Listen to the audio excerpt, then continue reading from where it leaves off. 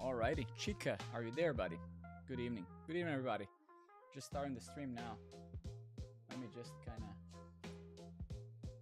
set it all up. Is the microphone full volume? Okay, should be now. Should be now. Should be good now.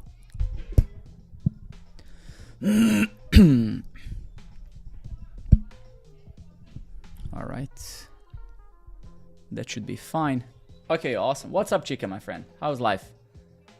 I just made myself some coffee. Whew, nice.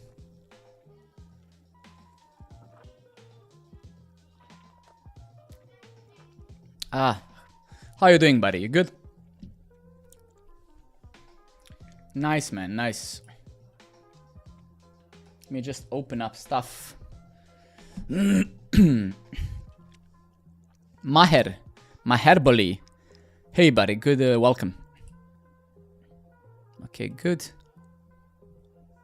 You too, man, you too. Thank you very much. Thank you very much, man. Okay, let's see what's happening. So we got that there.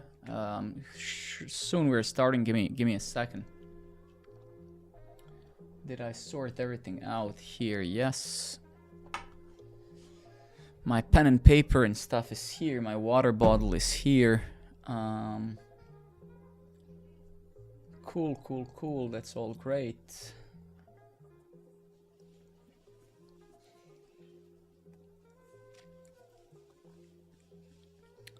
Cool.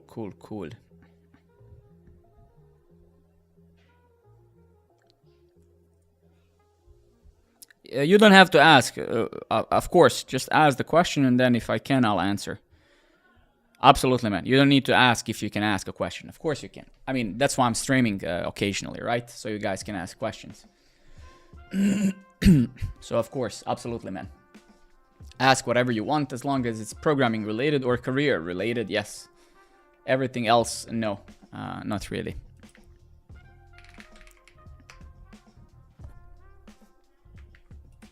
Alrighty. So today we're gonna do something that I was actually doing off stream anyway.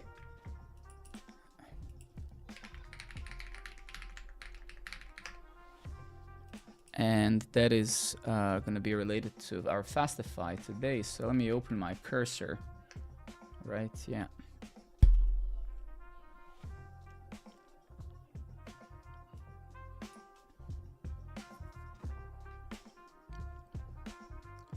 Cursor AI. Nice.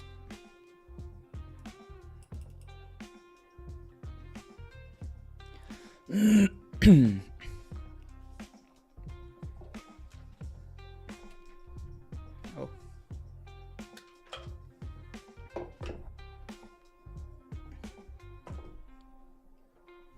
Cool. Okay. All right. So let's take a look at that. So what do we have? We have a workspace here. Yes, nice. Yes, sure. All right.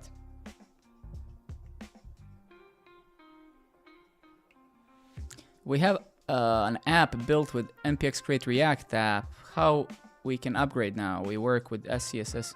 You simply switch to Vite, right? It's very simple.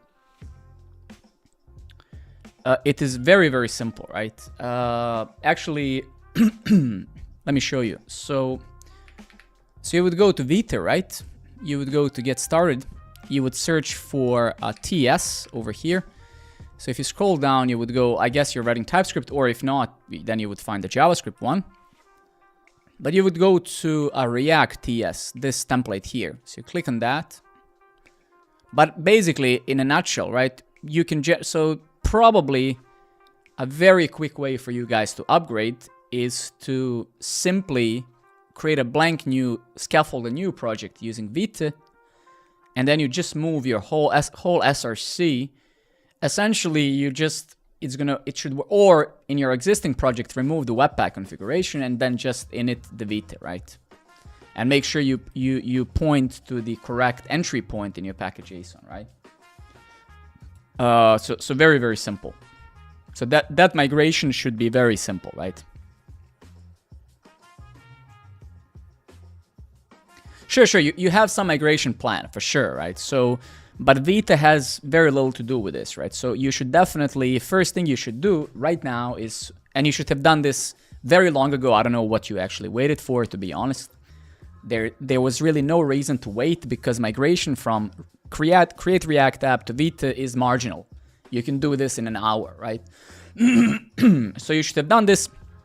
Why should you have done this? Just so you know, it's because Vite is simply faster, right? So your build times, your continuous integration server, it's also going to be faster. So just not to give you a shallow argument, you should have done it.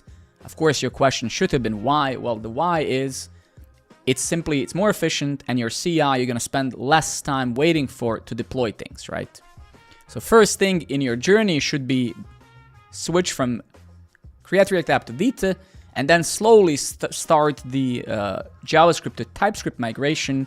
Already, again, there is nothing to wait there for. You can just initialize the TypeScript project in your with Vite, and then you can gradually switch. So you just disable the strict mode, allow JS in your TS config, and then gradually you need to use, if you have a tech lead, you would create a strategy like, hey guys, whenever you touch some piece of code, add types. And this is so easy today with AI. So you can just use, if you're using, no matter what text editor you're using, no matter which AI you're using, you can just say, hey, add missing types. So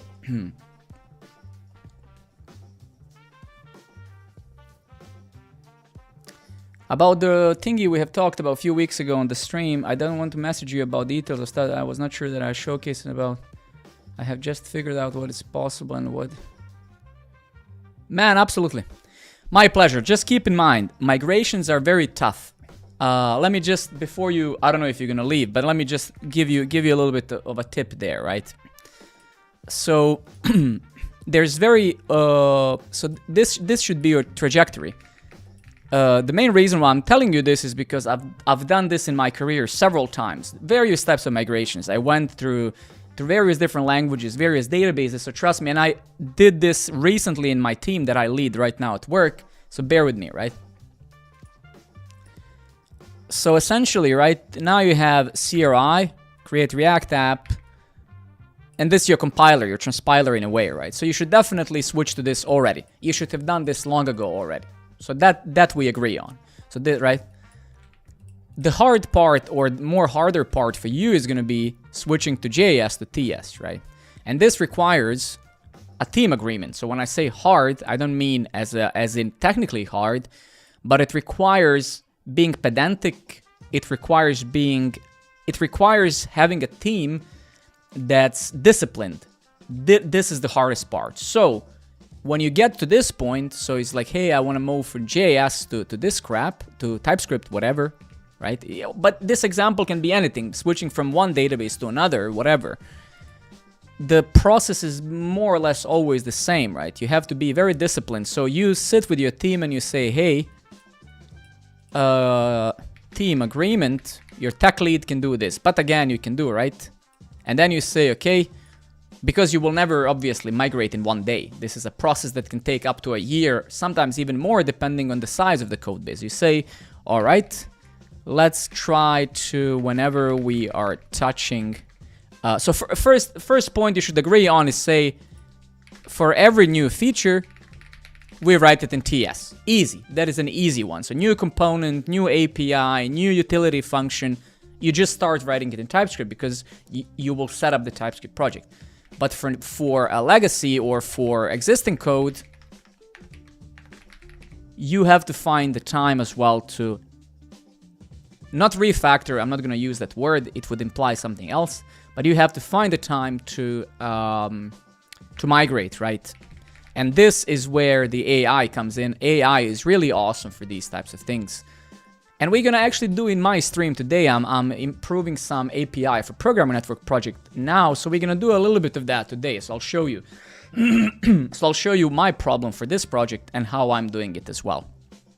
So anyway, so this is what you wanna do. This, and then this happens over time, will take time, right? So for sure it will take time, right? All right, cool. All right, great. That's it. Cool. So what I'm gonna do today in the stream, I was doing this off stream. So I'm also kind of migrating something. I'm kind of stabilizing my programmer network API. My pleasure, man. My pleasure. So what I'm actually doing is not necessarily a JS to TS thing, but it's very similar, right? I'm changing the structure of my API resources, and actually I don't have it digitally because, as I said in one of my videos, you remember I use Notebook for everything.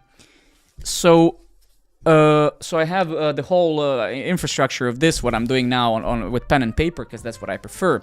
But essentially, let me show you one typical problem that many projects have, right? This is a very common problem in a world of, I don't know why is this actually not yeah. All right, let's go. Let me show you the problem.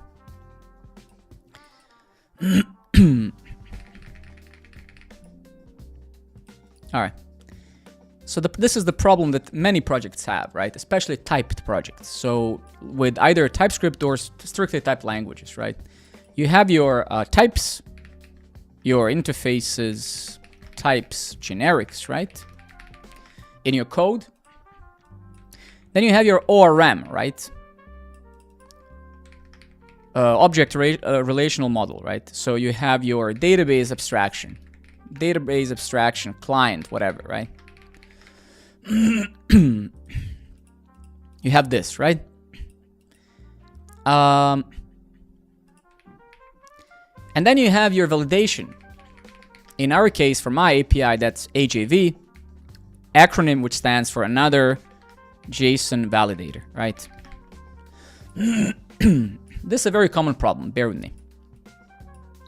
So you have validation that's JSON based, meaning every endpoint, request, response, query parameters, URL parameters, response are validated using JSON schema. And that JSON schema essentially looks, as I'm sure you already know, it's a simple JSON object that has a type, let's say, of object, and then has properties, and then you have properties, right? You have, I don't know, username, and then you have things like, type string, min length, let's say 20.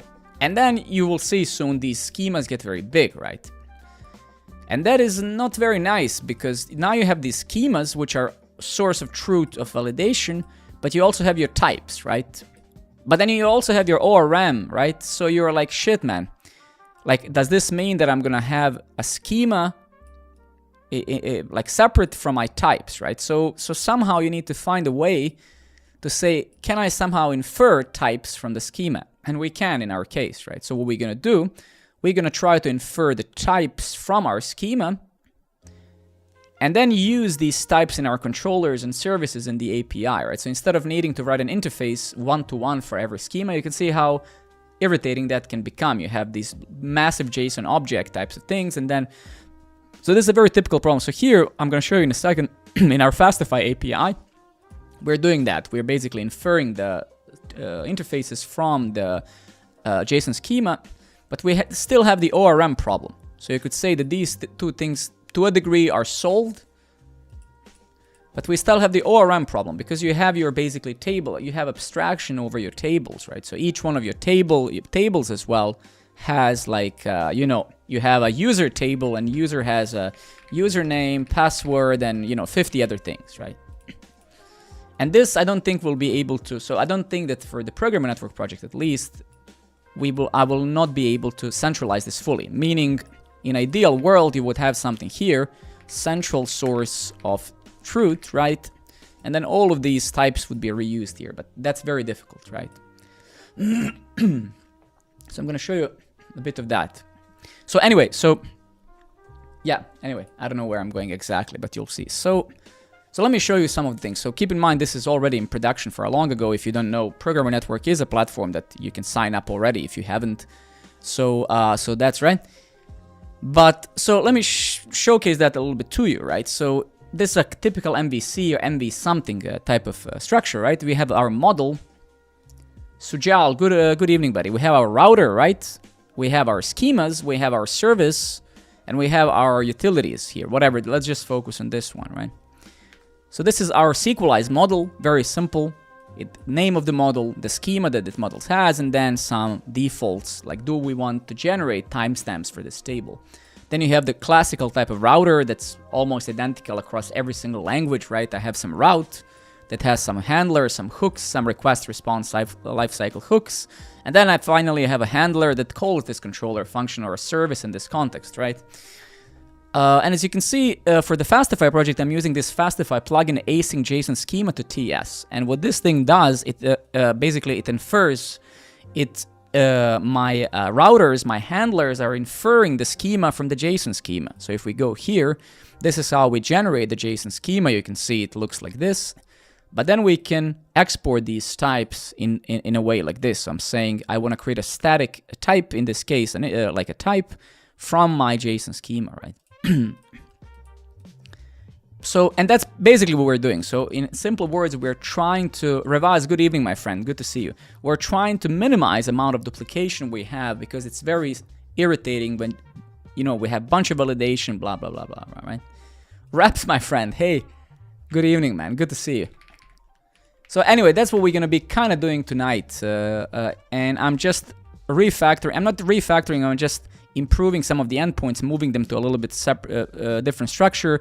Before I start doing new features for Programming Network, I want to do this. So the last one that I kind of turned, and I'm going to show you how I'm using the AI agent to help me these things. It's going to be very interesting. And this is what I discovered last night or night before. So I'm going to show you how awesome this Cursor AI agent is in 5 minutes from now. Let me just do one thing. So what I'm going to do now, I'm going to go to my Swagger and I'm going to go to ratings, right? Yeah, over here. So I'm just going to very quickly put this in my Postman. That's another piece of little puzzle that I'm doing today. So I'm just going to be, because now I have Cedric also working on this project with me. He joined to help out with Programming Network. I just want to do my, yeah. So let's just test this refactor that I've just done. So we'll just copy this. We'll create a new request. We'll call it, what is it? Add rating.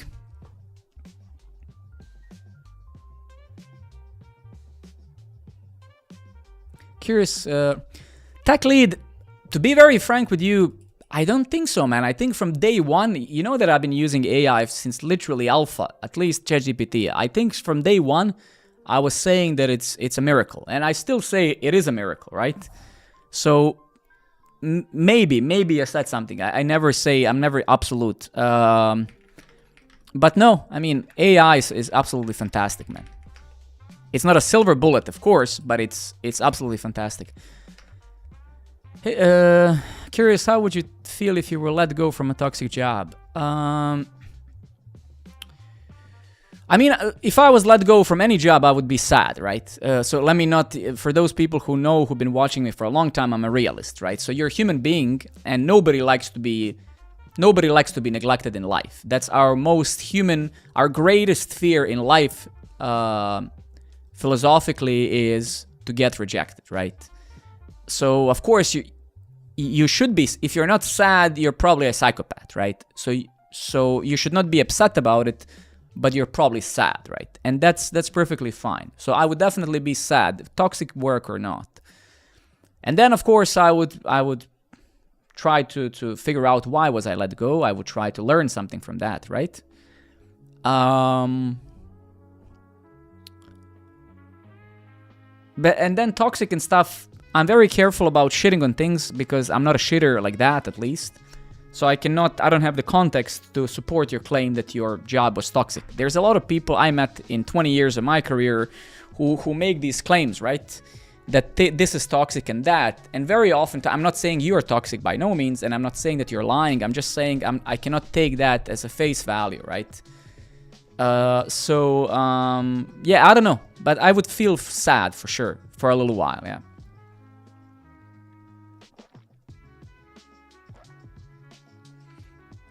Tech lead, no. I think that was someone else, man. I think that was someone else, not me.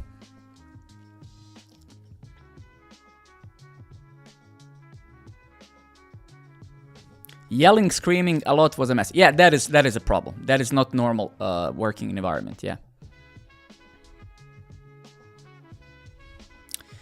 I started reading, you don't know, JavaScript. I have read these books myself many years ago by Kyle Simpson. I also have them here. They're fantastic books. Arguably one of the best aggregated books written for some language. Kyle Simpson is truly a hero of our community, and I almost wrote my own book on JavaScript many years ago as well. These are super good books, and as I said many times, Ravaz, right? As I said many times, most people who dislike JavaScript actually don't understand the language, right? Actually, most people who dislike most things usually dislike it because they don't understand it. So it's easier, it's less effort, it's easier to complain about things than actually learn things, right? What is, yeah, I'm sorry, there's so many questions, it's hard to... Mauser, I do think that literally AI is a miracle. I don't give a shit about that guy. I don't glorify people. I don't care what he says or what he thinks. That's beyond the point. Let's not mention him or anyone else because they're irrelevant in the discussion. I think AI is essentially any knowledge in 3 seconds for human to access.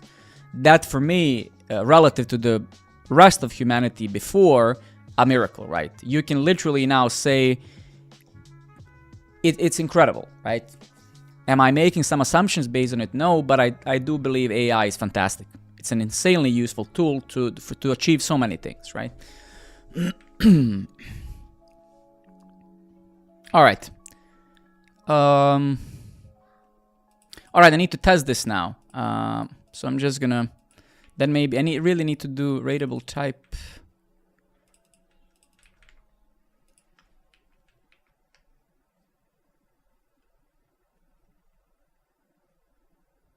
No, I just have to disagree there a little bit with you. I don't think that AI is a hype. I've been through the hype since 2005 to this day. This is different. Of course, it's hyped like everything else. Sure, a little bit. But I don't think it's that type of hype, right? It's not like a Bitcoin type of hype or Web3 or stuff. I think AI is a little bit different. I definitely think that.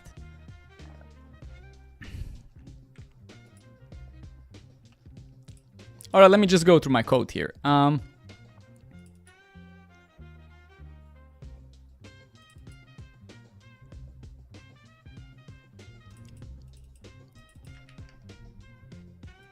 Oh, is resource author. How come I'm not using this?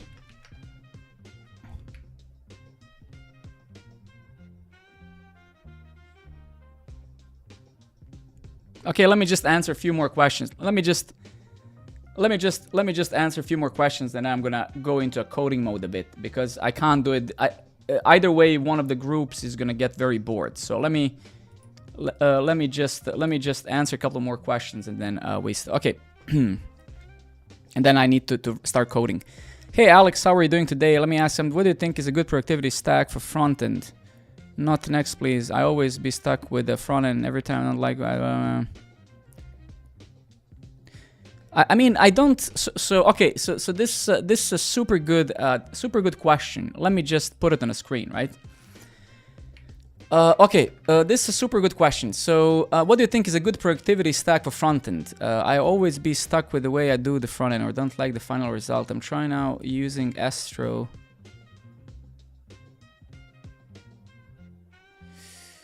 Okay, let's answer this question.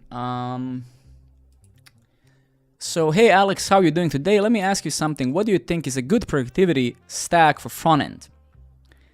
I always am stuck with front end, blah blah. Okay, so I don't actually. Okay, so let me try to answer this question in several ways. First, your question is slightly unclear. I don't know what do you mean by productivity stack for frontend. I can't decipher technologically, factually what that means. That's very vague. What is a productivity stack? Then you say that you're stuck with the front end every time you dislike the outcome of your work. I don't think that's related to the stack. I think you're doing something wrong. And lastly, you're saying I'm trying now using Astro with Daisy, and when really need some complex with a lot of dynamic component, I use React. I don't know. It's very hard to understand your question because I don't know what is a complex frontend, right? What is not a complex frontend? What is? So you need to define a bit. You need to provide some definitions in order for this question to be answered. So what is a complex frontend, right? I'm using reactjs the past 10 years, and I've been writing jQuery and plain JavaScript when it comes to user interfaces in the web, and I'm probably going to be using plain reactjs for a very long time. So I don't, and I'm obviously working in an enterprise setting past 20 years, so I don't know what people mean when they use things such as complex, right?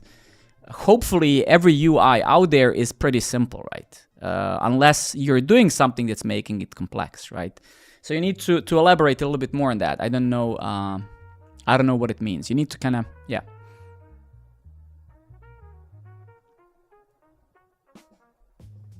Is there a startup tech? How do you deal with a toxic team leader? I'm currently working at the company and the team leader is very toxic. Sometimes I feel like I know more than him, but he just doesn't want to accept the fact that I'm junior, can suppress him in terms of knowledge. Need some guidance. Can you provide an example? I would be very careful using words. I would be so very careful about characterizing people as toxic. I'm very irritated even by this vocabulary because it's the same word as Hitler. In the US now, especially, people use word Hitler and fascist almost as almost in every sentence. This is incredibly dangerous and disrespectful for actually people who did suffer from these regimes back then. So when you use these words constantly, they lose value completely, right? So I read the word toxic on LinkedIn every single day, and I don't think it helps, right? Like, are you guys saying something that's wrong? No, probably not.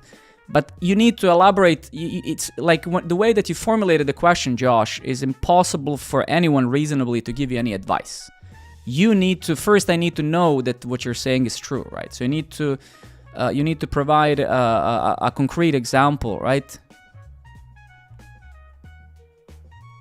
So give me an example of some interaction or something, and then I'll maybe try to help you, right? But what I know that many people fail at is inability to put themselves in another person's context and shoes and think that way. That's why people make terrible decisions, technical decisions, for example, developers, because they never put themselves in a position of being a business owner. So I think a very good professional is a professional that can think from different angles and perspectives and creating different perceptions, right, as well. So if you think that your tech lead is toxic, which maybe it is true, right, sometimes, you also hopefully have put yourself into his shoes and try to think, okay, why is he reacting like this? How am I formulating my my suggestions to him and stuff? So if you can provide a little bit more context, then I'm very happy to discuss it, but it's very vague, right?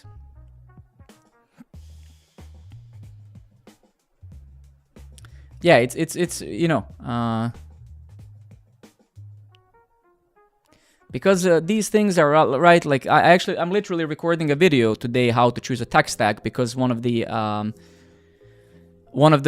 viewers in last time that I streamed, maybe a week ago or so, asked me the very similar thing: how do you choose a tech stack? And when you're a tech lead, when you're all of the managers in the world are kind of disliked in a way. I'm a manager at my work. Hopefully I'm not disliked. Hopefully my team thinks greater of me. But people who are not in these positions have a very hard time often putting themselves into that position, right? Because it's easy to come with suggestions and stuff, but person that's making decisions is also the person that's always under the magnifier and the person that suffers consequences once things don't work. And if you're not making decisions at work today, then you're probably not making these decisions for a reason, right? And that person is making them for a reason, right? But communication is a hard thing, right? And especially in a world of emotions and bullshit and wokeness and all of this crap that we have, it's impossible not to offend somebody, because people are literally like a fucking, you know, furry little animals. They can't wait for their emotions to be hurt, right? So nobody likes to, you can't, so maybe your tech lead, whatever, is toxic, but, you know, maybe, you get what I mean. So it's hard to vaguely assume things, and I don't dare to do that because I don't want to be an asshole.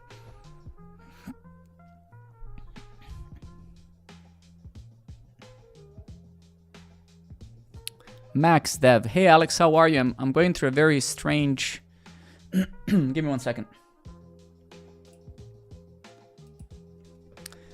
Hey Alex, how are you doing? I'm going through a very strange phase right now. I consider myself an entry-level programmer, and my problem is finding the motivation to build side projects. Every time I have an idea, I feel it might have to be useless to develop, and I struggle to choose which project. But what do you mean? So what do you mean, Max, is going to be useless to develop? Can you elaborate on that wording there? When you say it's going to be useless to build, what I hear is expectation. So you have certain expectation about something already, and it seems to me that your expectation, what I can actually hear is what 99.9% of people, developers, fail at. So look at me, I'm building, let me try to answer this question from a different perspective. I'm building programmer network in my side, as my side project, right? And I do it sometimes 3 hours a month, sometimes I stream 3 days in a row, right? But I'm building this project past 2 years whenever I have little time, and I keep building it. I'm very disciplined, I'm very consistent, and now Programmer Network platform has 2,000 developers. I don't even like, I'd invest nothing in it other than passions. But my expectation isn't that I'm gonna sit and build something in 3 days, right? Because if I set these expectations, you know, I have wife and kids and full-time job, and I have a bunch of things like many of you here, right? So if I was building any project in my career with a mental state such as, oh, well, this is not going to be great, or this might not succeed, I would have never built anything. So the reason why so very few developers ever in their careers ever build something meaningful is exactly that mindset. If anybody on this planet could build something with certainty that is going to succeed, I mean, all of us would be millionaires, right? It's impossible to have an idea and then say, oh, this will succeed. It doesn't work like that, right? And also, what is a success for you? So Max, in order to give you a more correct answer, or if there is one, not every question has the answer, you would need to tell me what your expectation is. Because building a side project, you win in so many things. You win in learning, you win in becoming better, you win... So it's impossible to do a side project and fail. That's, even if you never finish it, you already won, because you have learned something new. Next time you start, you're gonna do it better. You're gonna have some code to reuse.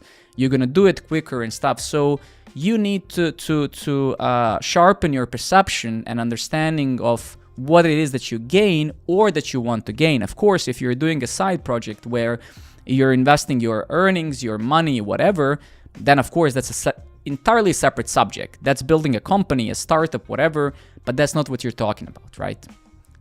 So maybe your lack of motivation comes from a misunderstanding of what it is actually that you're expecting out of these side projects, right? So that's where I would focus on, right? Trying to understand what it is that you expect.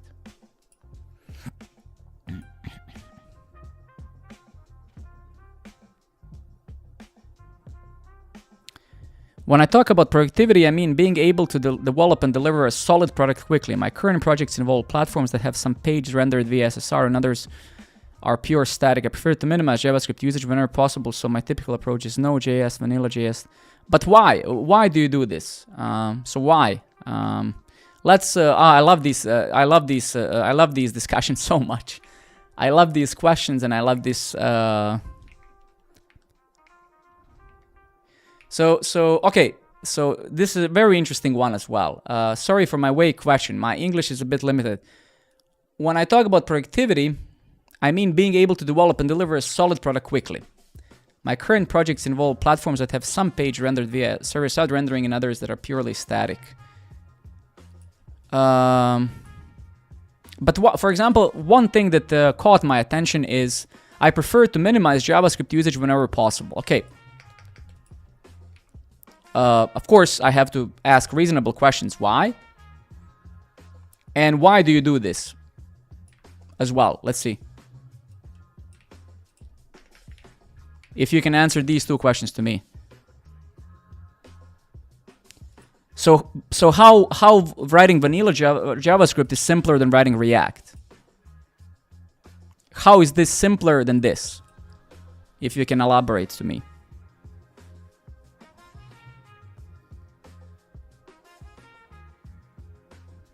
I mean, I've been writing JavaScript and jQuery for many, many years before Angular and React and all of these things existed, right? Right, so I guess the answer to this from you is, okay, you would need to, because in order for us to have this discussion, it would just be nice to answer these two questions. So you're saying that you believe that this path is what, easier, simpler, right? I suppose, okay? Which is fine, that's your answer. I accept that. That's perfectly fine. So this is your answer. Why do you prefer to minimize JavaScript? Especially you said whenever possible. So you could say you even emphasized this. So why? Why do you, why? If you can just very quickly.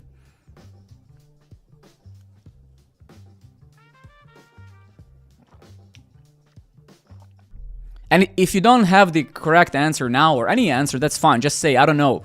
But let's just clean these two up so we can then come to some mutual conclusion here, right?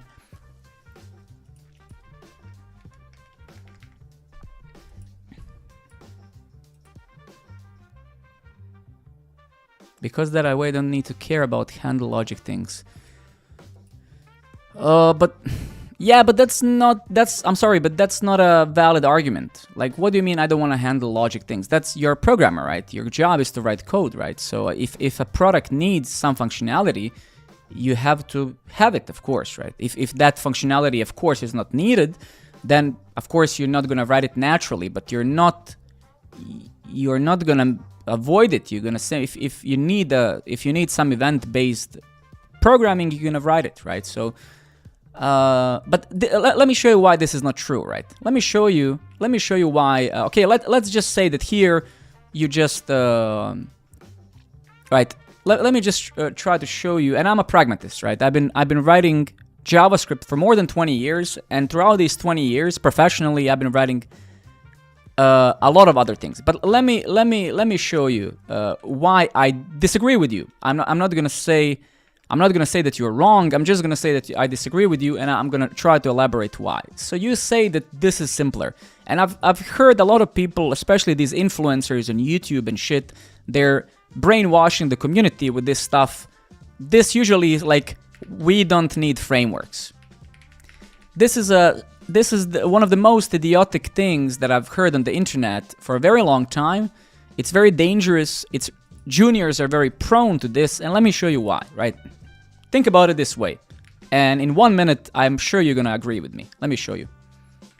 So let's imagine that, let's imagine that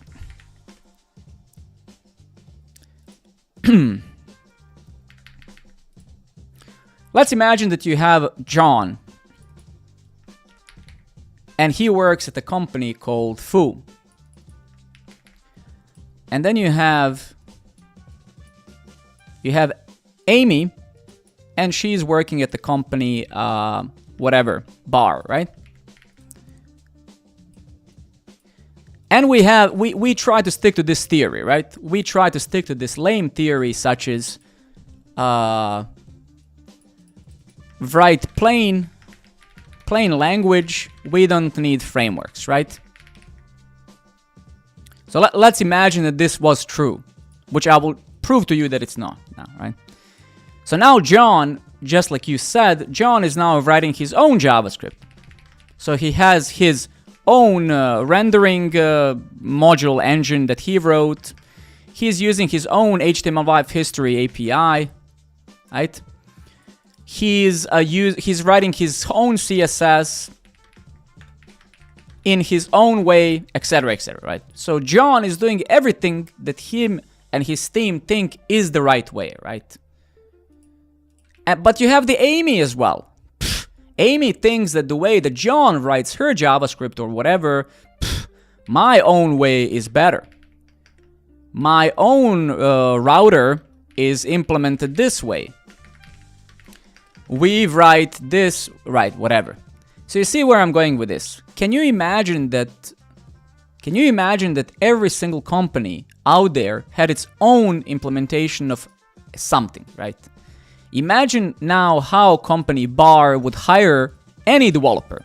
So now Bar company wants to hire John from Foo company.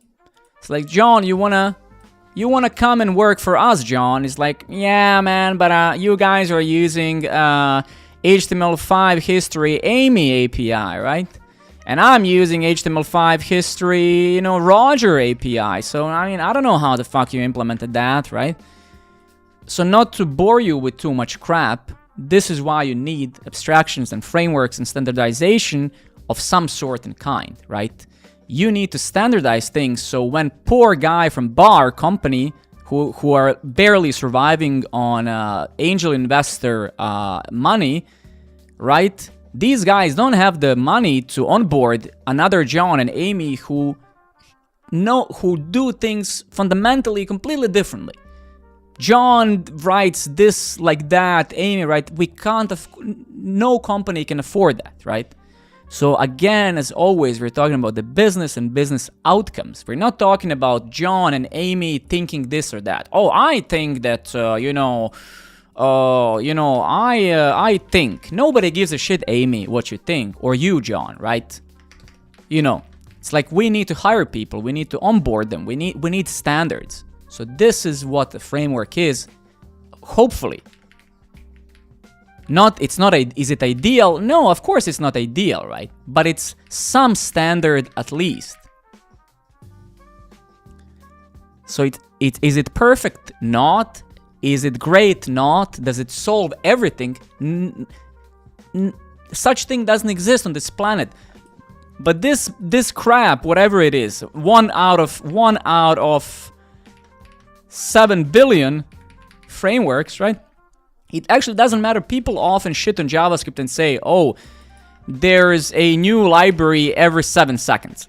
It doesn't actually matter, man. That's meaningless because we have basically, if we're talking about user interfaces, you really have React, Vue, and Angular. And this is the closest we've gotten to some standard, right? And we need this because we need to hire people and we need them to get onboarded onto projects very quickly. So when you say things such as, oh, I try to stick to plain JavaScript, whatever, it doesn't really matter what you stick to, right? Because you're also then probably talking about projects with one form and one button click. When it comes to industry, when it comes to building real products, we need these things, right? Because of business, not because, this is amazing or this or this. Who cares, right? So that is why. And of course, when it comes to this, I mean being able to deliver a solid product quickly. This is related to your skills, right? So this is related. I don't think this has anything to do with the framework or whatever, right? But Mauser, okay, let's say that you are correct. Give me an example. Send me an example. Because that's very arbitrary what you said. Give me an example. We don't need a framework, depends. Send me a product that doesn't need it. Right? So send me a product that doesn't need one. A real product. I'm not talking about your Hello World app. Right?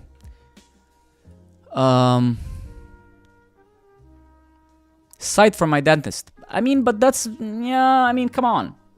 Can it be true that what you're saying is correct? Sure. But that's also very vague, man. A dental product can be very complex as well. So if your site for your dentist has a phone number on it, absolutely I agree, right? But then we're not discussing these types of things. I mean, it's pointless discussing obvious things, right? What would be the point? It's like, well, Alex, if I have a single button on my screen, I don't need the framework. Come on, man. I mean, are we gonna discuss the logical things like that, right? Of course not. We're talking about products built by multiple teams, multiple people for many, many customers, right? That's what we're focusing on, right?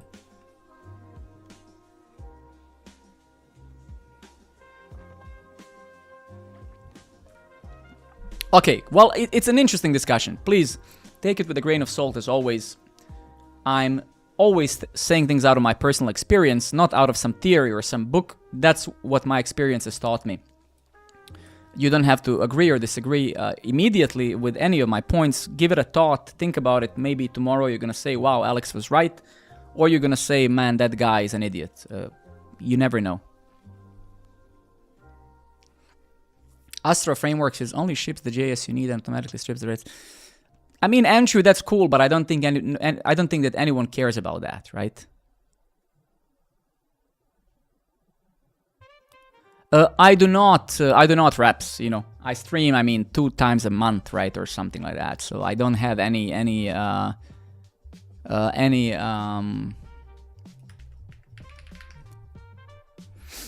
All right, cool. Let's. I basically didn't even start writing code. There's so many questions here. Okay, give me 1 second now. Actually, I think what I'm actually going to do.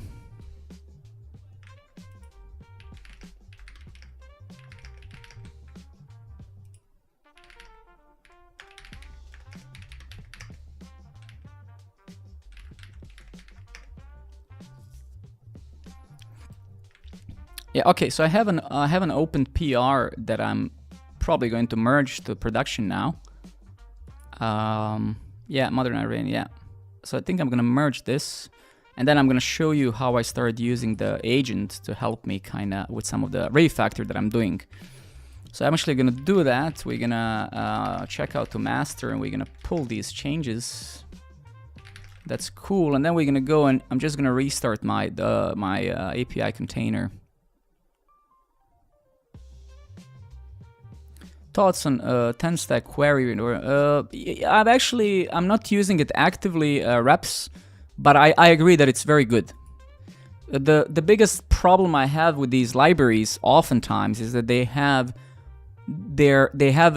very crappy defaults which no junior developer is going to understand. So that library that you're referring to, reps, for example, comes with caching enabled, right? And some retry mechanisms and stuff. So that is not deterministic for me enough. It's not clear enough. So if you're a junior developer who never even heard of caching before, let alone understood why it's needed, and even if it's needed, you're gonna get very strange behavior. You're gonna start wondering, man, why is this not refetched, all right? So I don't know. I mean, I think. I, for example, think as well that the reactjs team is making a fatal mistake with the directions they're taking, right? So, for example, as you know already, I'm not a fan of these monolith implementations like Next.js and all of this garbage. I call it garbage because it is garbage, right? Next.js, Nuxt, and all of this crap is fundamentally something we ran away as an industry for 20 years. It took us 20 years to run away from these monoliths, right? Because internet initially was server-side rendered, right? Like 20 years ago, we were mostly doing server-side rendering. PHP, Java, C#, Visual Basic, right? And now we're moving into that same direction because React, which fundamentally is the simplest possible library that exists, is now investing the money into this monolithic, half-baked garbage with file-based routing and stuff, right? So that's how I typically feel about most of these tools. They start very nice, they start very simple, as they should inherently be, because building user interfaces should be simple if you know how to do it. And then you turn it into these monstrosities, right? These abominations, right? So React, when it came out, we were all super happy because oh fuck man, Angular 1 was painful. We had these controllers, directives, dependency injection, modules. It was too much. It was truly a framework. Then that thing came out, like, man, it's so easy. I can just write a component, then I can write many other components, then I can do component composition to merge them together, and we have a perfect single page application, right? But today you have all of this idiocracy, right? With these half-baked server-side rendered solutions, right? Which I don't think is a good way at all.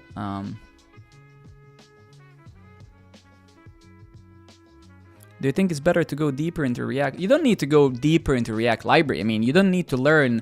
You don't need to understand any library on a micro level, right? That's not going to make you a better developer of that library or that language or whatever. You don't need to understand how C compiler works or how write. I mean, you just need to know you need to know a sufficient amount of abstractions and logical things to be able to efficiently build user interfaces. User interfaces are not about understanding the underlying algorithms of reconciliation algorithm or how React does this and that. That's not gonna make. What you need to understand is what is a composition in the first place. Like, not just component composition. How do I compose functions? How do I write deterministic code? How do I write pure functions? So if you want to build user interfaces properly, or if you want to write software properly in general, you're not going to benefit much knowing how the kernel works or how a GCC compiler works, right? You need to just...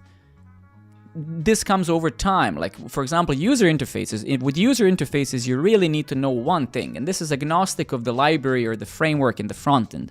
Is like, how do I compose components? Like, so it's a mindset rather than you needing to go, right?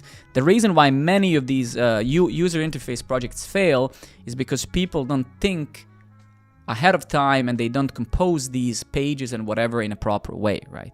The state usually sucks, it's not handled in a proper way, etc.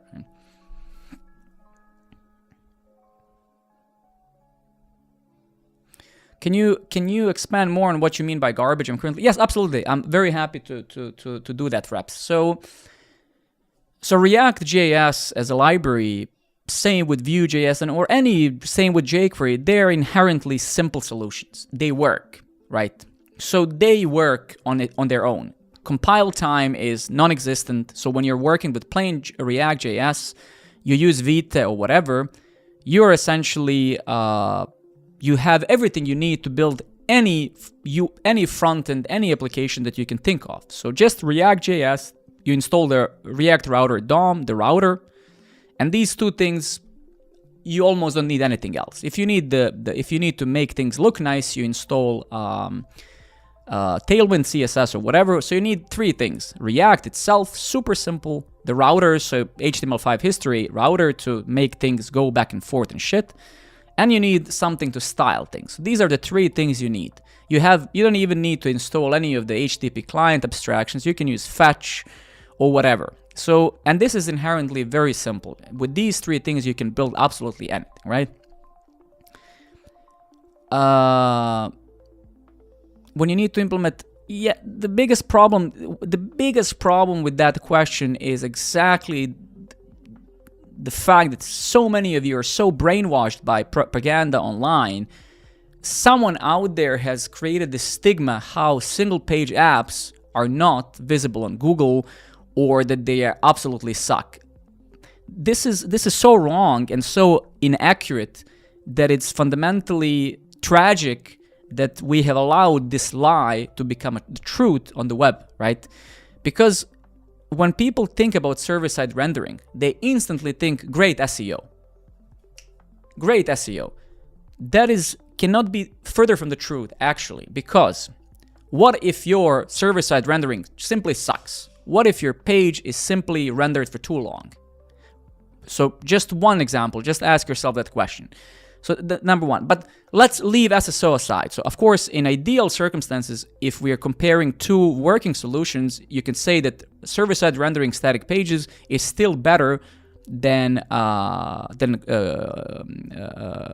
Google crawlers crawling the Ajax calls from single page apps. We can agree on that. But besides that, fact, let's imagine that you're right. What is the other benefit?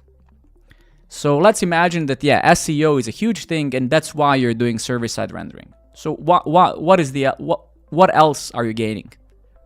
And maybe reps, I can ask you that because you asked me to elaborate. So what are you gaining now exactly that you don't have with the simplest possible solution, such as a client-side library? And I'm asking for the reasonable arguments, not theoretical arguments, because in theory they're gonna say, well, I deliver less JavaScript to the front end. That's not an argument. That's bullshit, right? No user on this planet says when they go to a website, oh man, this website delivered 50 kilobytes of JavaScript to my browser. I'm never gonna come here, right? So let's stick to the real arguments. So besides, So the question is actually, why would you couple yourself to something such as Vercel or any of these crappy solutions, abstractions which are very complex?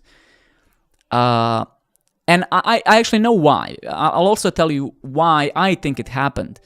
And that has nothing to do with technicalities. The reason why, let me actually tell you why these monolithic garbages are gaining traction. And it has nothing to do with performance, with SEO, whatever. They're gaining traction because any beginner who knows absolutely nothing about programming can install that crap, learn steps, I'm gonna put this serverless function here or whatever, I'm gonna put this here, I'm gonna install this, and it works. I can click this button, and when I click it, right,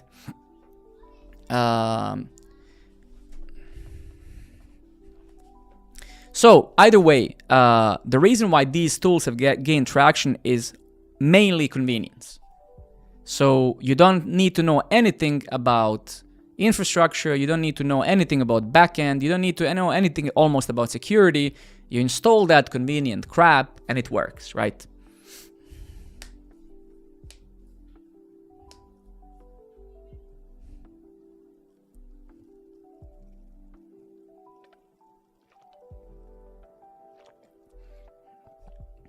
But again, we can go into this discussion.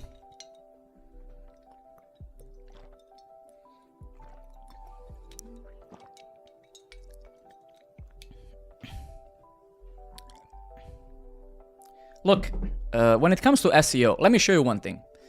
So of course, as many of you know, right, this platform is a programmer. This stream is about this platform, right? Programmer network, right? This programmer network platform the front end is built purely on reactjs, right? So this front end is built on programmer. If I go here and type programmer network, right, you'll see that pretty much almost every result on here, or bunch of results, are going to be related to programming. If we go to my sitemaps, so if I go to sitemaps here and I switch to my programmer network email, you'll see that this is my URL performance from Google. And keep in mind, programmer network platform, this is a side project of mine, so it's not, we also don't have much content, whatever. We have a bunch of users. I'm not indexing these thoughts because I want them to be private, whatever. But you can see here that these are all of the terms that Google understands when it comes to this specific network, right? So what is shell code, right? I don't even know if this article still exists. The point that I'm trying to make here is that if you have the content, your site, in most cases, if it's any reasonable site, is going to do well.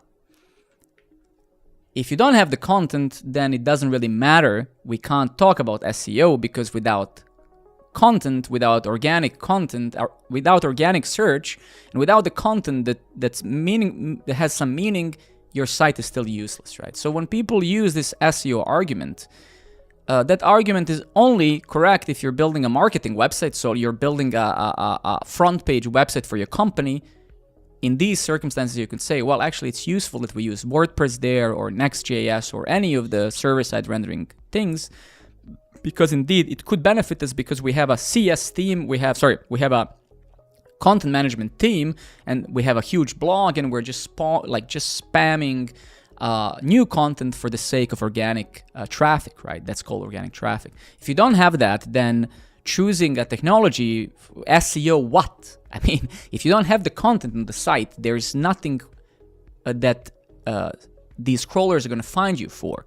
So fundamentally, if you ever use that word, make sure that you can show, okay, well, we're using this, and then we have a bunch of this content. Right? Otherwise, your homepage is going to be indexed anyway, no matter what you're using, right?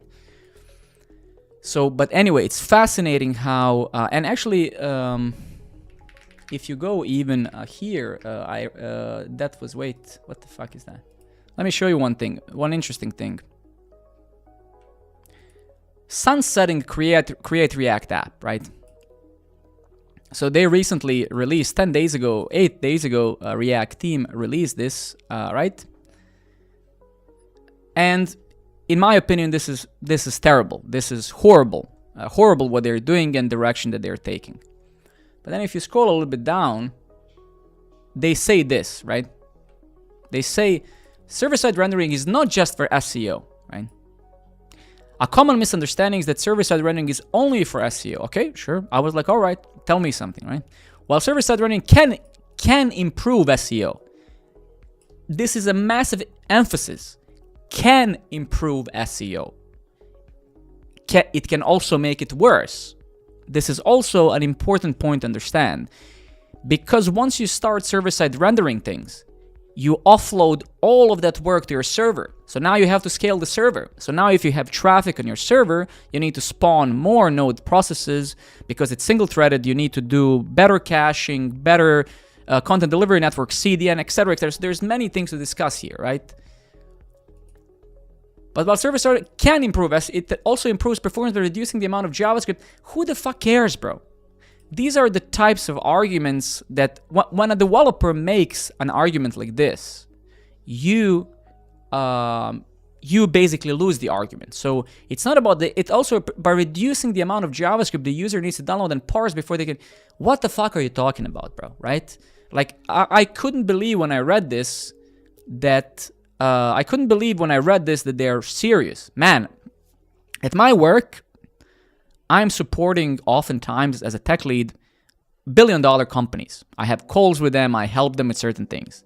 Some of their websites barely work, right? And you have countless examples of this. Like I don't know, like if you go to fucking TechCrunch, right? This is the most popular tech magazine on the planet. This is running on WordPress, right? So these guys, the most popular magazine in Silicon Valley, they're running on WordPress. And then you go here and they're like, no.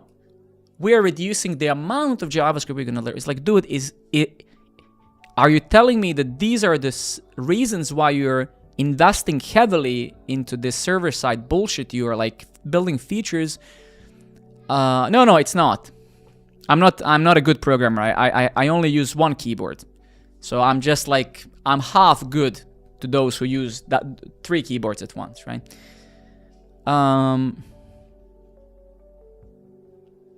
So this is bullshit, right? This is all bullshit. And I think, yeah. Is microservices a future? That is a very vague question. Again, microservices exist for various reasons, right? And main reason why microservices exist is ownership, right? So microservices are not the future or the present or whatever. Microservice is a pattern like million other patterns which make sense in certain instances, and in certain instances it doesn't, right? So we cannot be absolute. These are technical discussions are never one right? Like there's no such thing. Is X the future?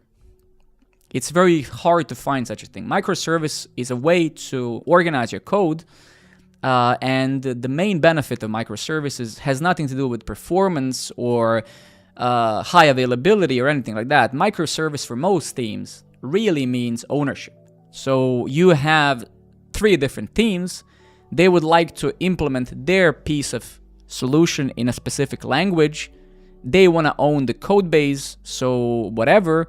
And this is where this is one of the most useful microservice, one of the primary, for me personally, again, for me, one of the primary benefit of microservice architecture is ownership. Is it more performant? In most cases, not, because you introduce latency. You have now services talking to each other. Doesn't matter if it's HTTP, gRPC, you still now have things, even within the same network, talking to each other, right? But microservices are needed because, again, they solve problems which in most cases are not even mentioned when nerds talk about them. And again, as I said, one of the main ones is now we can have different teams owning different parts of the product without colliding with each other, right? So for example, let me give you an example. Let's imagine that in your company you have a Go team. So you have a team that's writing Golang, and they're writing some APIs for getting some data from Facebook, YouTube, whatever. But then you have a different team that's data science team, right? The data science team doesn't want to write Go, they want to write Python, because the whole sub-industry of data science is about Python, NumPy, whatever is it called, TensorFlow, and blah, blah, blah. So this team now wants to interface with BigQuery, Snowflake, and Vertex AI, whatever they want to be. So of course that you want, hey, how about you actually now own this microservice of yours? So again, ownership, right?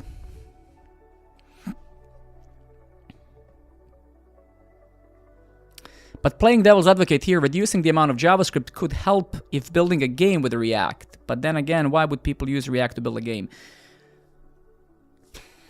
Nobody does that, right? So that is the thing. We can always create these arbitrary examples for the sake of supporting our own arguments. But if we detach ourselves from being obsessed by winning an argument and being real, being pragmatic engineers, you realize that the value to an average user that you're delivering 50 kilobytes less JavaScript is like when you look at the list of every website, right? Let me show you. So let me show you. There isn't a single product on this in Galaxy, a single product that doesn't have bugs, right? So every single product in every single language, in every single runtime has bugs, okay? And majority of products you use today have bugs, right? And these bugs are sometimes marginal, neglectable by the user. Sometimes they're not, right? But fundamentally, every company on Earth, digital company, has bugs, right? Which means that there are vastly more important things for the user that's paying for your product than you shifting the whole company and the infrastructure and the architecture to something that delivers less JS, right? So when you critically think about issues of an average digital company, you realize that this is ridiculous to even talk about. If there is a company out there if there's a founder out there that wakes up and says, our product is now perfect, the only thing we have to do is deliver less JavaScript, I would be like, yes, in that case, you're right. But dude, go to every product right now and you will find bugs. There isn't a single one, major platform, social media, you will find bugs, right? So that's why I say when you understand the issues that an average company is dealing with every day, this is not even on top 7 billion on the list. No CTO wakes up and says, fuck man, I really wish I can find a framework that delivers less JavaScript. That would make my business. This is just common sense, man. If you have ever had a job in this industry, if you have ever built a product, a real one, you know this.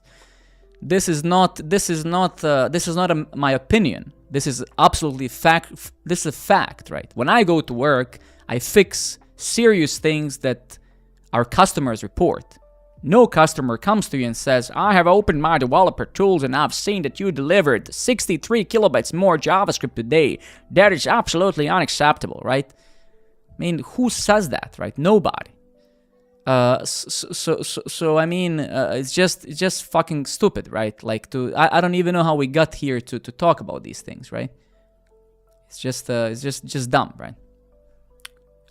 Yesterday when I visited your website, the bundle was 13 kilobytes, and now it's 78 kilobytes. I'm never gonna use this product again. Come on, dude, like an average person doesn't even know what a website is, let alone a kilobyte, or right?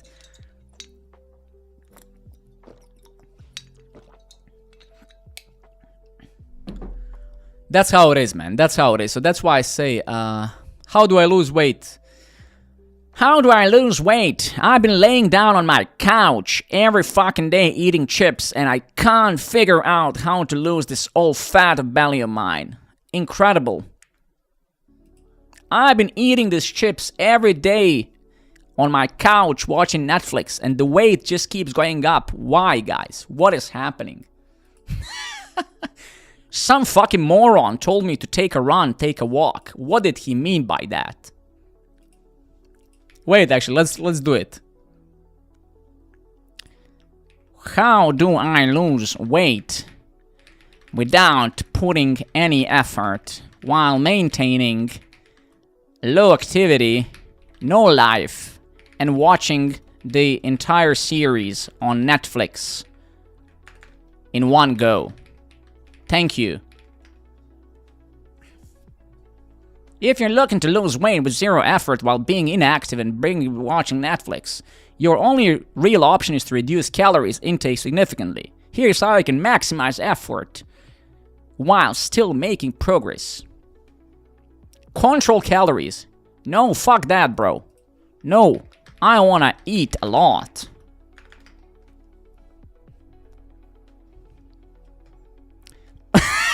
Dude. So you want to eat a lot, do nothing, and still lose weight. Yes. Now we're talking about hacks and loopholes instead of traditional weight loss. Here's how I can try to cheat the system. Beautiful. I mean, even AI adds this sentence. Isn't it beautiful? Look at that.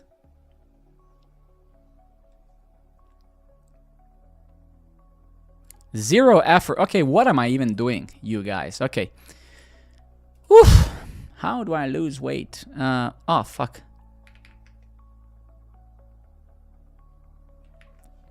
That's what it is. That's what it is, my fellas. Okay, let me show you one thing. This whole stream, we're just chatting. So basically, CS fundamentals are important for surviving tech.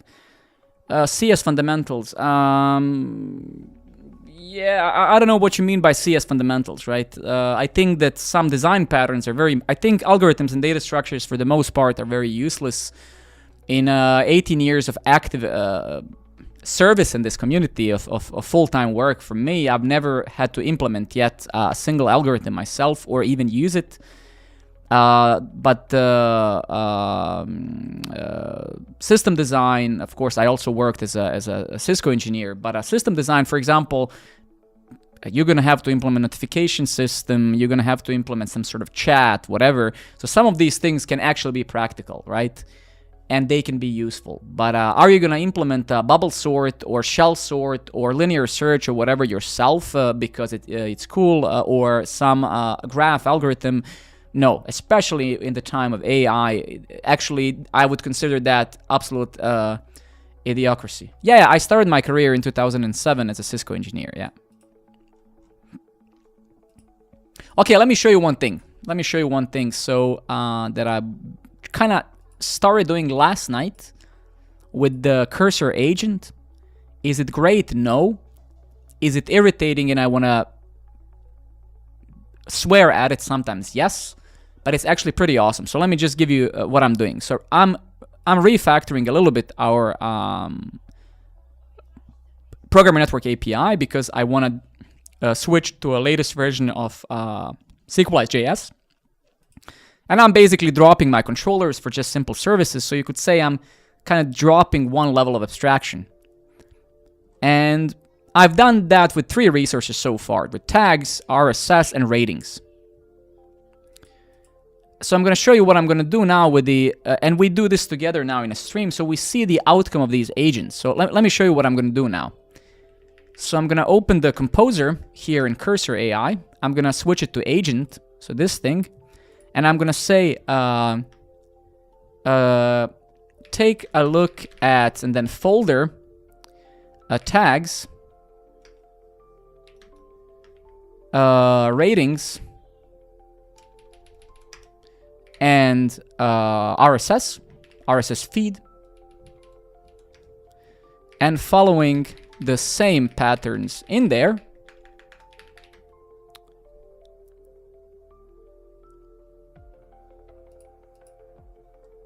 Shit, this, let's say,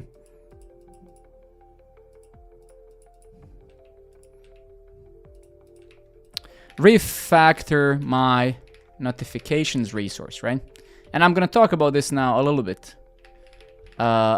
Okay, so, and I'm gonna answer these questions. Give me a second. So why is this very important now here? So, and this is where being a good programmer and having this AI is really awesome. So what I use AI for the most part today is this automation, right? So for example, now I want to take every single of my API resources, my encapsulated resources like my users and the tweets, whatever, and I want to unify them to look in a certain way. And I exactly know how I want them to look like because I built it already. So now I can give this to the agent, to the AI, and say, look, instead of me now going manually and updating all of this crap, blah, blah, blah, how about you do this for me? I'm going to monitor, fix your stupid hallucinations, and you're going to see now, hopefully, that we're going to do this probably in 10-15 minutes, and it would probably take me 3 hours on my own going manually through every single file. So let's leave it to code here. I'm going to leave it now to do this. And I'm going to answer a couple of questions, and then, okay. Yuka, good evening, buddy. Thank you. Good to have you here. How's the startup course going? It's going.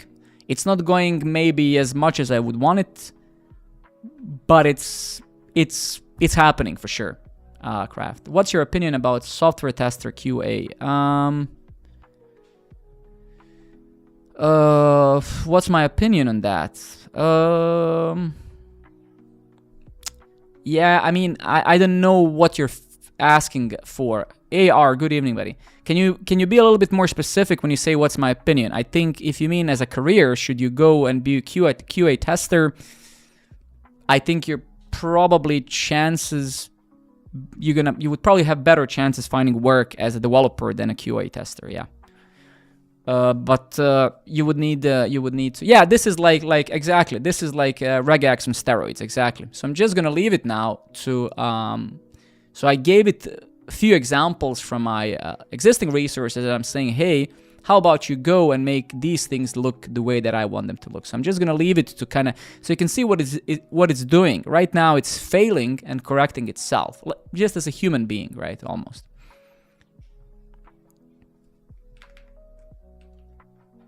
And you can see it's created the service now. So this is the service that it created. It did it properly. Absolutely, reps. Just send me the link.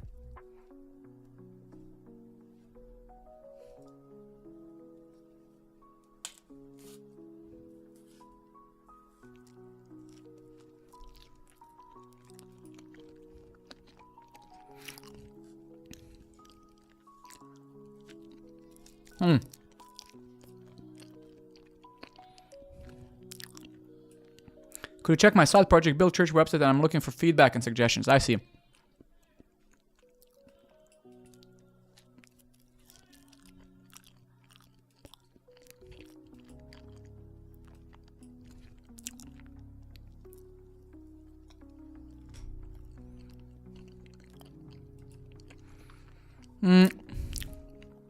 Now, what type of feedback are you looking for, though?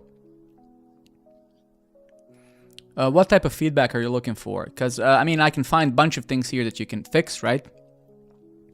Like this button is not positioned properly. Like, I can find many tiny things already if you want me to, but I don't know what type of feedback. Also, you can see your URL here is let's just say that it shouldn't look like this, right? This is exposing literally your direct endpoint to this, right? And also, I don't think that you need this here.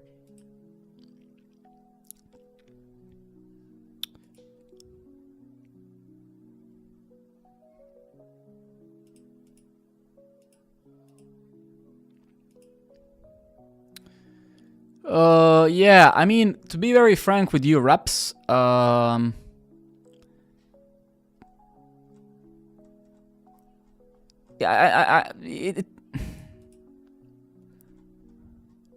something feels off, right? I mean, this menu, this feels like two websites, right? Like when I click on a menu, a different menu appears here, so that's a little bit weird, right?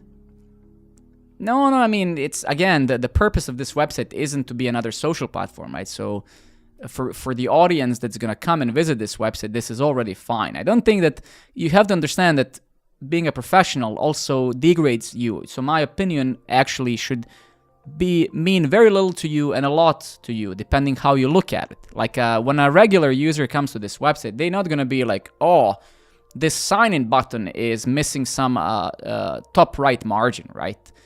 So a regular user, so for the regular user, you are fine with imperfections. What you're not fine with is the UX.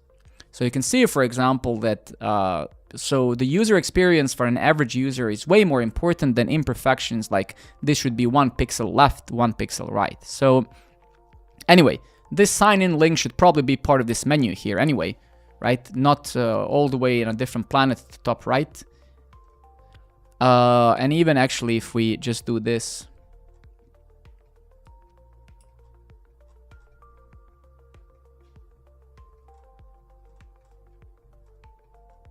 I think it's fine, man. To be honest, like, because the purpose of this is church, right? You're building, as far as I can see, this for the church. I think this is fine, right? Just try to, it's all about the audience, right? It's all about the audience. So your audience is regular people. Your audience is some grandma. Your audience is a priest. Your audience is a kid. So try to avoid these horizontal scrolls. Try to avoid these fancy things. Right? Nobody gives a crap about that, right? Is this a great user experience? Of course not. When I see this shit, I get sick in my stomach. So don't do this. Just put a normal thumbnail, just normal pictures next to each other. What is the purpose of this, right? So don't do like, just know your audience. Who am I building this for? And then say, how can I make it as simple and as dumb as possible? Because an average person wants to go and click here. They don't want to be inspecting the network tab and stuff like that, right? So keep things simple.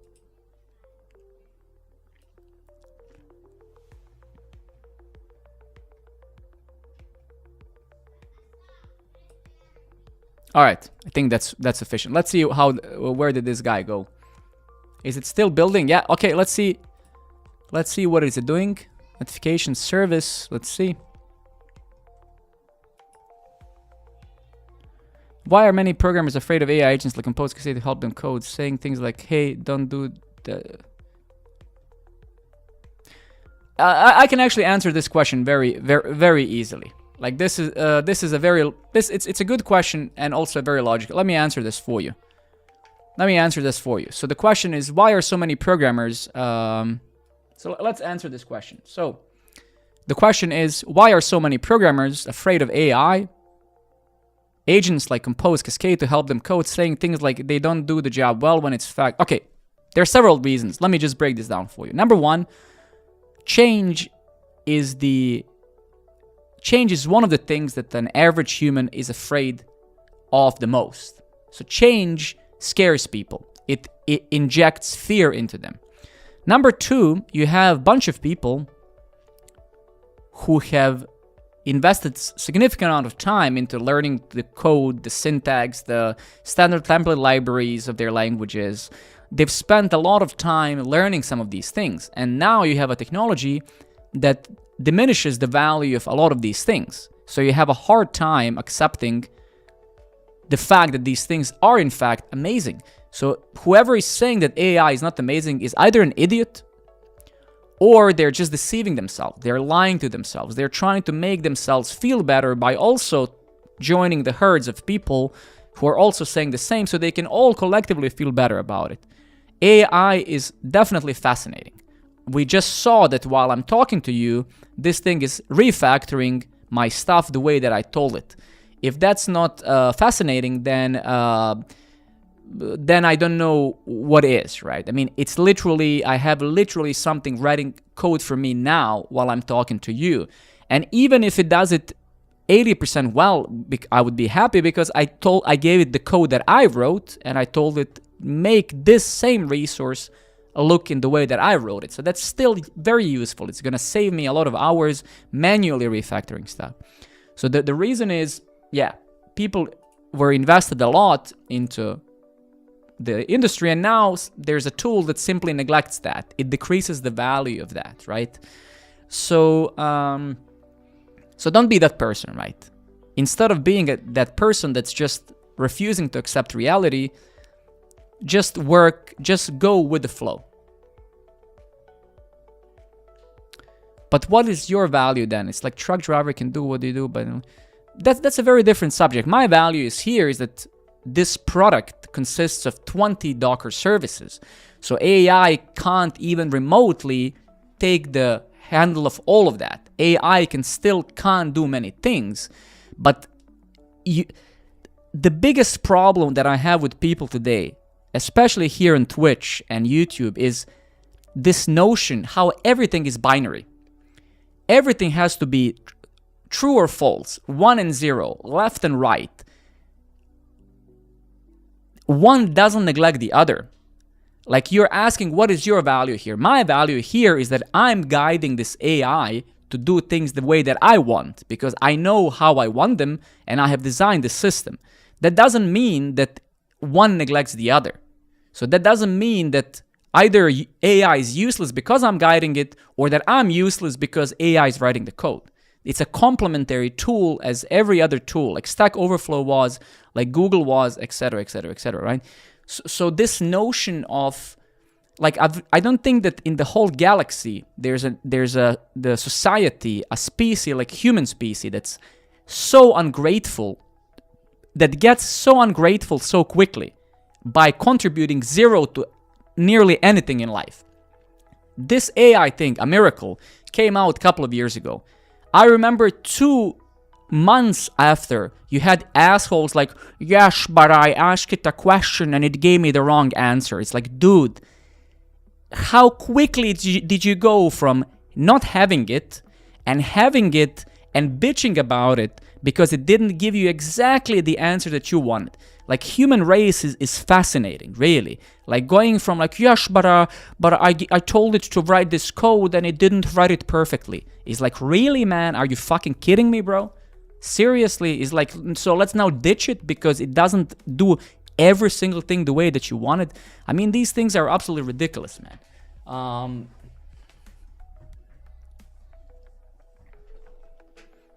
It's you get what I mean? So don't be absolute about these things. Give me 1 second.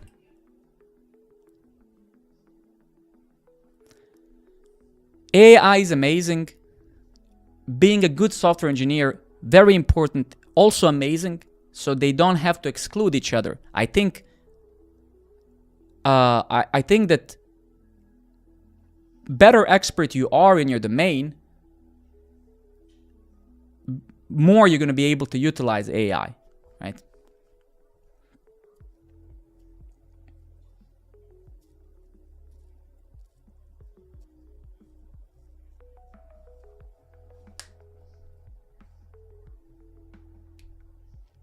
And by the way, thank you very much for those of you who subscribed and who followed. I didn't miss you. It's just yeah, I'm trying to focus here. So thank you very much for subs and follows and all of that. Thank you, I appreciate it. Just to note, I've shifted my focus on styling to building useful features to the site for users to have a reason to actually come to the site. So, for example, one thing I've asked about Rome's Church, they ask for notes of the pastors. Absolutely, reps. I mean, again, you have to know you have to know your audience, right? Your audience is not design professionals, right? Like for example, if I go to Programmer Network, the platform that I'm building on this stream, right? Programmer Network will have to be awesome and it will have to be great because the audience that comes to this site will notice issues immediately because they're super users, they're programmers. So if a programmer sees something that's shitty, they will know it. So for me, nearly everything matters when building this platform because people will find things which are not great. For you, it's a church website, right? So an average person there is not going to be like, oh, this contrast of purple and yellow doesn't work, right?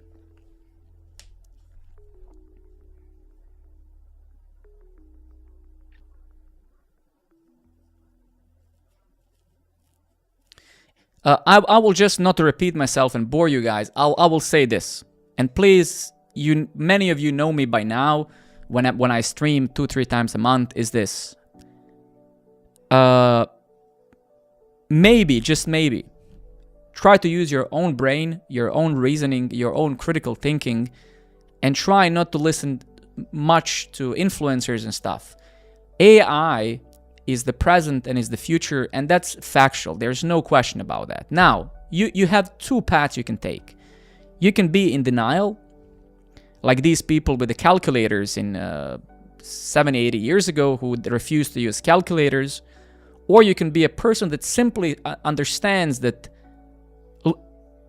I'm an individual and I have two choices. Either keep progressing and learning as the time goes, or keep stagnating and refusing to accept the reality. There's really no third choice. It's really one or the other.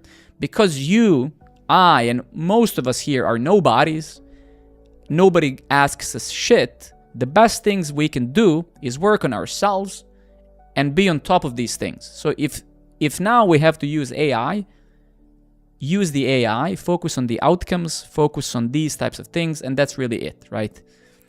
People who don't want to use it, you shouldn't think much about it because you're always going to have people refusing everything that comes our way. You're going to have the doomsayers, as they're called, right? And that's perfectly fine. So either the life is going to hit you heavily in the face, meaning you're going to learn the hard way, or you're going to learn the easy way. Now, of course, it's also very imperative to understand we're going to have generation of worst programmers ever in history this generation. So that's also true. So we're going to have so much code written by people who barely understand anything, and then we're going to have the code to maintain for many, many years. So that's also true, because of course, the product of this AI thing now is going to be that programming skills are going to degrade a lot. You're going to have a lot of code generated by people simply have no idea what's happening. But that is simply going to become new reality because the code as a digitally tangible thing has already lost in value. Nobody now hears, oh, you can write code. Wow, so impressive. It's simply nobody cares anymore, right? So I guess what I'm trying to say, we're going to embrace the new reality when we're going to have probably exponentially greater number of products built, exponential number of people who have absolutely no idea how any of these things work, and that's going to be the new reality. I think that the garbage code has always been there, right? With or without AI. The only difference, because again, what is a garbage code, right? Like this is also a terminology that's very dangerous to use. The code that you write now, the code that I write now, in 5 years from now, somebody's gonna say, that code sucks. And I've seen this past 20 years in my experience.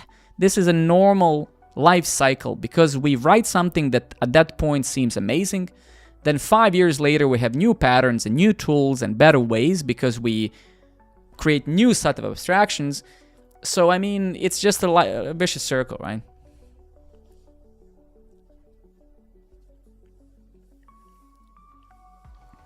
Raps, I don't think that you have a choice, man. That is the problem. I don't think that you have a choice. I think you have AI, right? And no matter how much you're trying to stay away from it, you will still use it.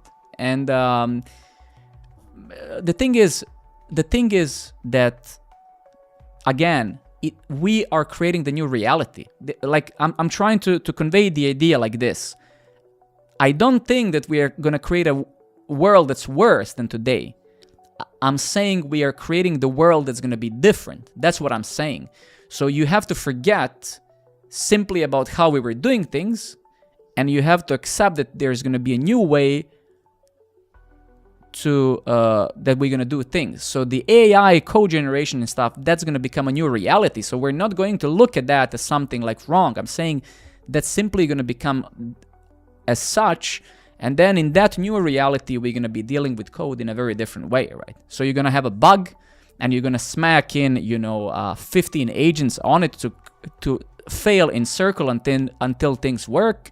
Then you're going to have a person or a team of people who are going to review that, manually test it, whatever. And that is going to be the new reality, right? Maybe not in automotive industry, maybe not in airplane industry, maybe not in some critical systems, you will not have this. So for example, I have a friend, Haralampus Harris, a Greek guy. He works for an airplane company. He's writing software for airplanes, and they're still using C++ 86, I believe, 89, whatever. And that is the only version they're allowed to use, because when you're building airplane software, you can't just fucking generate code like for a website, right? So of course that there are going to still be some industries that are not affected by this much, because you can't just tell a hallucinating agent to write a software for an airplane engine, right? But for the web and for the video games and for a lot of this crap, this is inevitable, right? It's just a matter of time. And I think the AI is literally done, guys. It literally rewrote my whole resource. Wait a minute. Did it finish with no errors? Yep. Look at this code.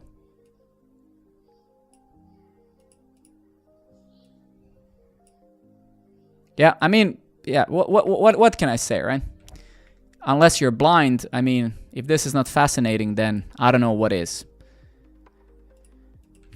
If this is not fascinating, then what is fascinating, right? Let's see. Are we gonna have any errors?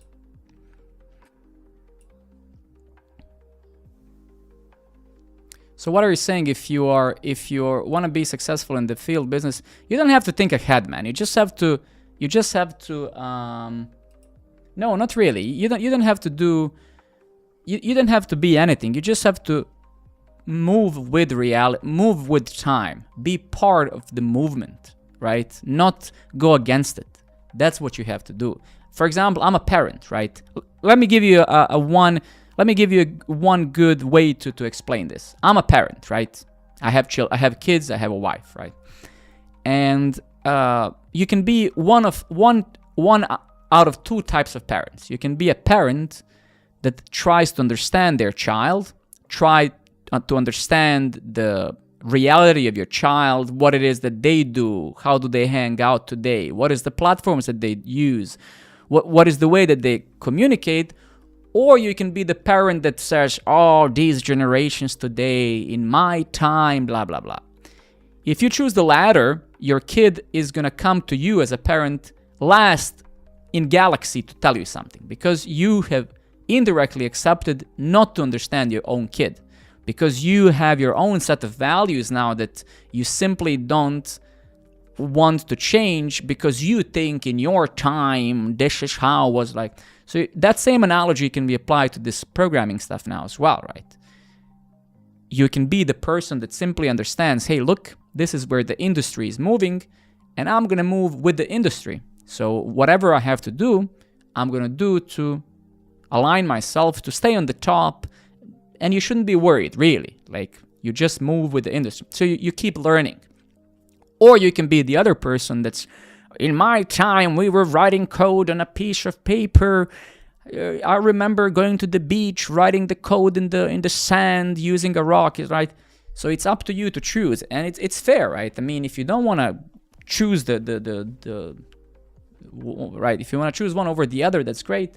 Just be wary of the consequences of your decision. That's all, right? How to be good at development? I mean, how to be good at anything is to put in the work, man. I think that's a pretty logical thing, right? How can you be good at something? Well, you need to put in the work. What do you mean? I mean, what can I tell you, right? How can you be good at tennis? By playing football, right? Well, probably not. You need to hold that racket and play it. So how to be good at anything? Well, you need to put in the work, man. Let's see if this works now. So let's see if what this AI has just done, let's see if it works. So what I'm gonna do, I'm gonna open my incognito and I'm gonna log in as a different user. Here. Give me 1 second.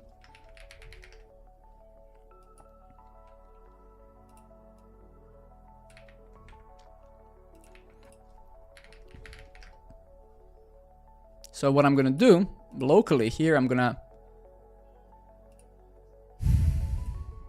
follow myself. All right, notification is not really there. Okay, interesting. So something didn't work. Fine.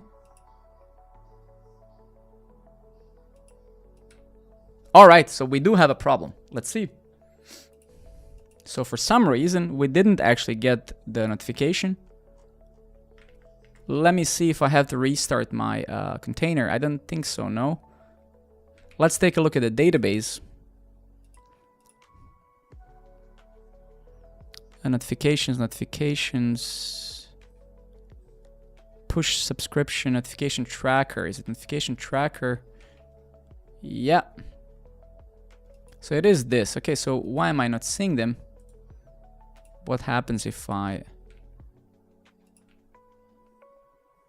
Oh, okay, so we're getting a 500. This... Okay, sure. That's fine. Let's fix it. So you can see the AI did fail a little bit, right? So we're failing here because the this context is wrong. Let's see, this dot notification.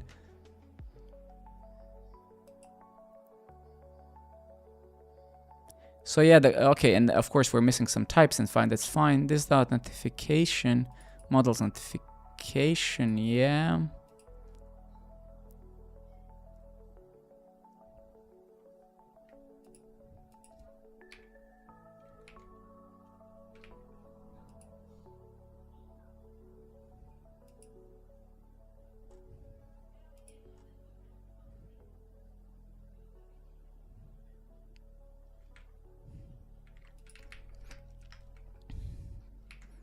This dot notification. Give me 1 second, fellas. Yeah, so I think yeah, so this is where we were farting out. Okay, so let's, shit. Let me do one thing, because right now, every time I save my, I nuke the data and I rebuild it from scratch, right? So let me just comment this fella out. Okay, do we still have, let's see. Okay, we still have the notifications there, cool. So let's this dot notification dot fine. Okay.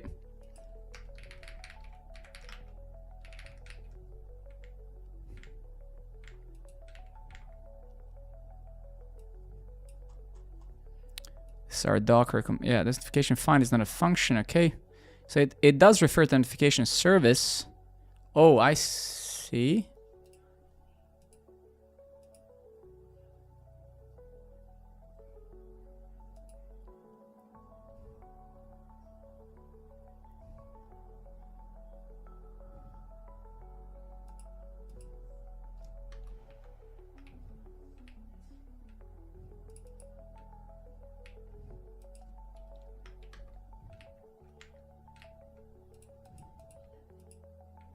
I use Cursor AI.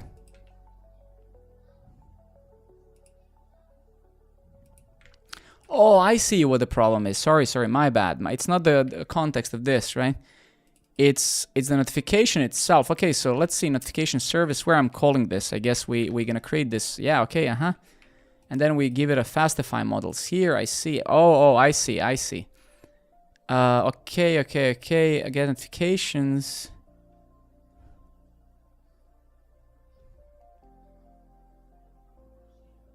Give me 1 second. Let me try to fix it. So is this the get notifications ID to string? Okay, that's fine. I don't like that, but we'll review that together soon. Push notifications is not used here, so that's yeah, that's a little bit weird. We'll need to review this now. So that is, I guess, the only. Let me just clean up some of this stuff over here.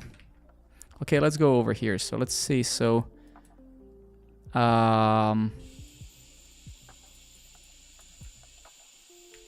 so let's print this.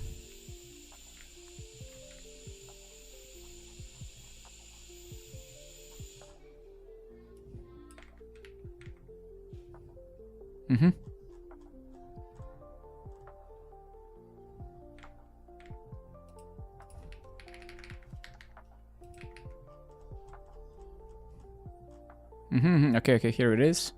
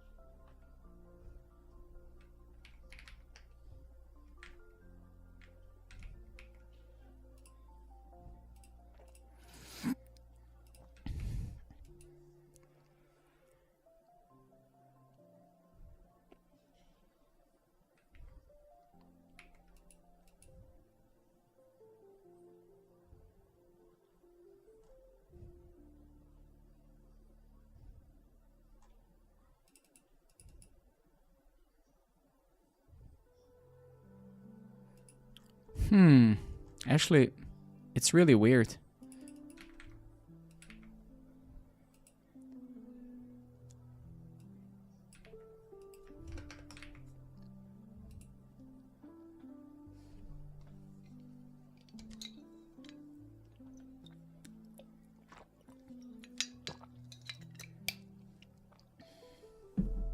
All right, let's see what it says. But it messed somewhere. And this is kind of, you could say, a little bit of time often needed to review things, right? Because yeah, right?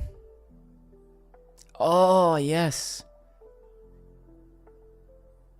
Yeah, exactly. Because it literally, yeah, oh my God, dude, are you kidding me?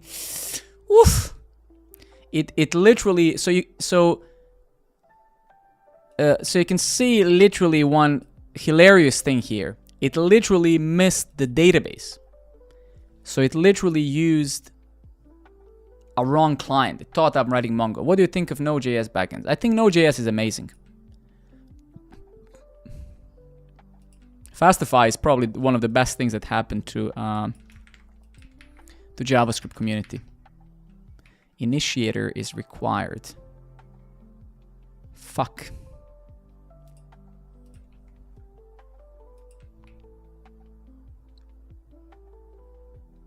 Initiator username. I did not. No. I mean, I don't have a reason, right? I'm not. I didn't try them because I have no reason to do so.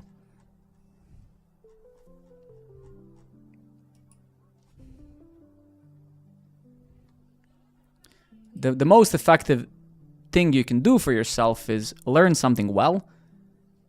And unless you have a reason to not use it anymore, you should try and stick using it if it works, right? Otherwise, you'll be learning a new thing for the rest of your life, and that is problematic, right? Fastify, for me, past 3 years is almost, it's a mixture when I look at it within Go and JavaScript for me. Because if I end up trying all the new things that come out in this community, I'll never build anything. I'll just keep trying new technologies, right? And I would much rather build things than try out new technologies, right?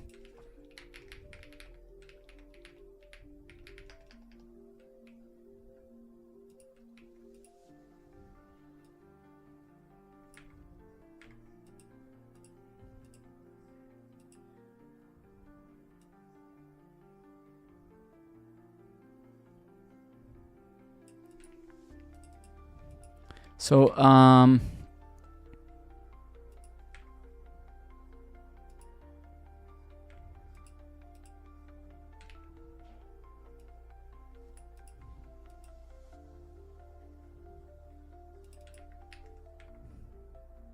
so my validation is failing, saying, hey, there's no initiator, and that is fine, most likely, right?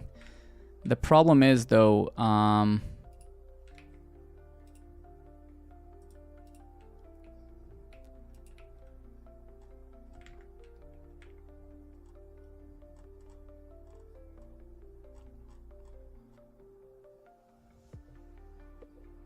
so user ID is correct, 4, right? If we take a look at the database, it's probably going to be 4, right? Notification tracker, yeah. So that is correct. So when we are okay, and then if I search for initiator, so most likely my validation is failing here. Notification schema. So if I would kind of get rid of this, that error would be gone. But then target is required. So initiator, target, and type, for some reason, let's see. Okay, never mind. So that's where yeah, so it's fine. So I take a look at it. Yeah, so it's, oh, I see what's happening. Wait a minute. So I think,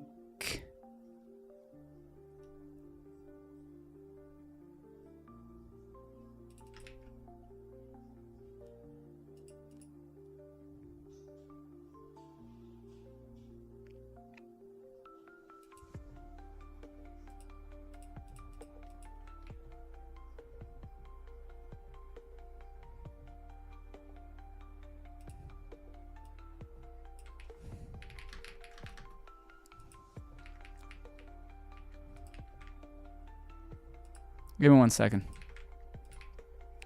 Let's go to Postman. Let's create this resource. New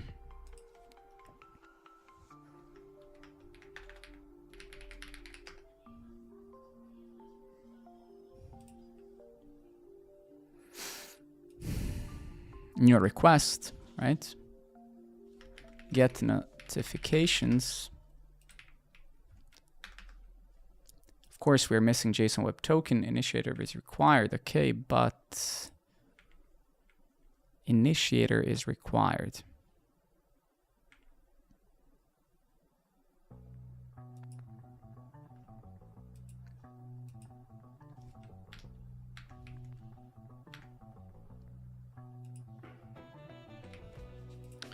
It's something to do with our validation, right? So what I'm actually going to do, just for the sake of testing this, let's remove all of the validation, and let's try hitting this now, and let's see the payload that we get. So we get the metadata, target, type, whatever. So if I go and refresh this thing, yeah, so you can see we're missing a bunch of stuff. So AI must have fucked things up, right? I mean, 100%. So let's take a look at the Git history here. So what do we have here? Get notifications. Yeah, so you can see actually AI has quite significantly fucked this up, right? Because it didn't actually go through my cache at all, my Redis, whatever, right? Because this is the problem. So that's, yeah, you can see what it did. Whew. That is pretty fatal, actually.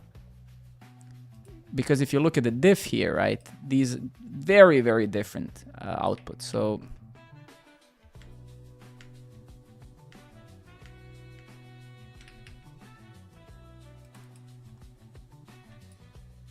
and this is a class, right? So we need to, so let's call this Redis cache. Then we need to create a cache object here, right? And what does it take? It takes the Fastify Redis, right? Yeah. Exactly, right? It's Redis cache. Let me take a look at this. What do I get here? So client is client Redis client. Am I actually exporting it? No. Let's see, where do I instantiate this? So here. So basically I decorate my app with the cache, right? So essentially, and that is, so you can see this is, you could say, a pretty fatal mistake by AI, which is still acceptable. It's fine. I'm not gonna be completely, but it is, right? So here we need to also pass the cache instance, right? Fastify Redis. We need to go in here. And then we need to, we need to say private cache. I need to add the missing types.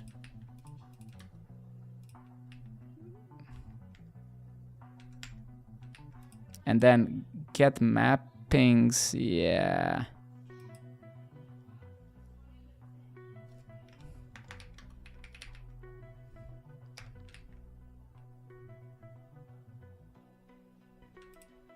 Yeah, okay, good. So now I should be able to resolve this notification properly, right? No new notifications. This is farting out. This cache get mappings is not a function. Sure.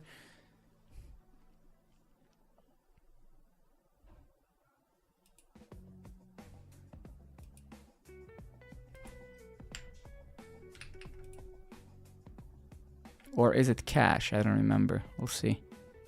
Yes, there we go. So now we have fixed it, right? So you can see we had to do a little bit of work there. And if we actually uncomment this shit now, I suppose... Yes, let's see here. There we go, right? So now I'm resolving my notification, because this notification system, I built it from scratch myself. So you can see that, yeah, okay, good. And now, of course, unfortunately, yeah, we need to fix the types, because, yeah, now what we are returning from here actually is wrong. So if we go to notification schema, initiator, target, blah, blah. Yes, where is it? Over here.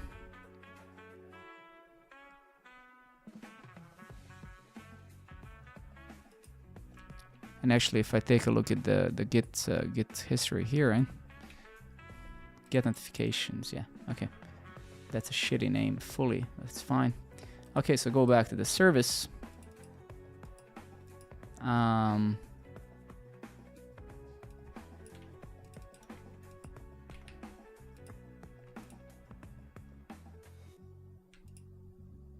Initiator target ID, okay. So now what we need to fix over here is this, right? Let's see if AI is good enough to let's give it a shot.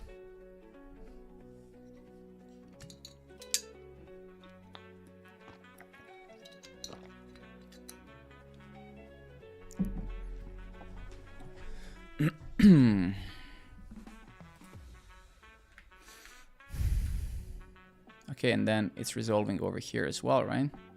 Shit. Well, actually, it is fine. It is fine. Okay. I don't think that I have these fancy controls. Like, I have few commands, but it would need to tell me. I'm not your typical streamer, man. I just stream 2-3 times a month, so I don't unfortunately have these awesome things. Notification active. Okay. So that's fixed, you could say, right? Update notification settings. And I believe this one if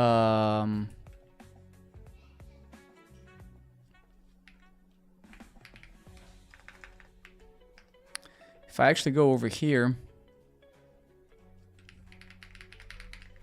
lose weight, exactly. Push subscribe.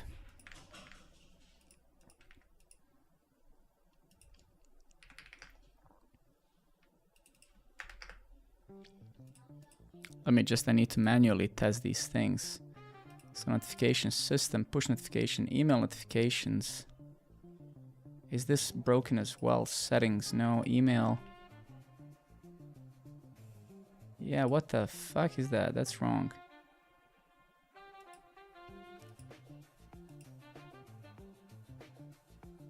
Yeah, that's not correct.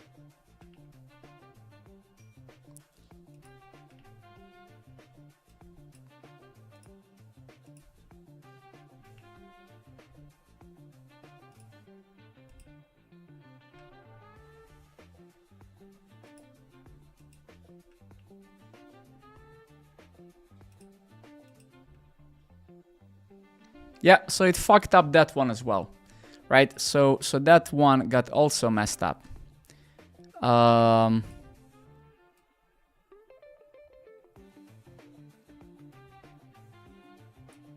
So that one also got messed up. So at this point in time, I don't trust. We need to review, right? So we definitely need to update notification settings. Yeah. So at this point in time, because 2 out of 2 things have failed, I have to. Yeah, I don't trust it.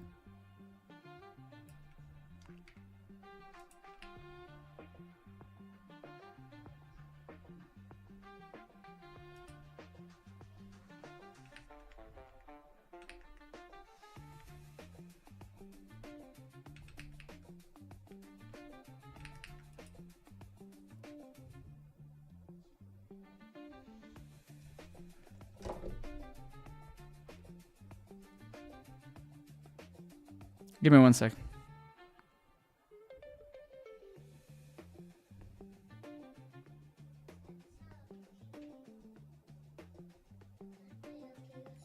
Okay.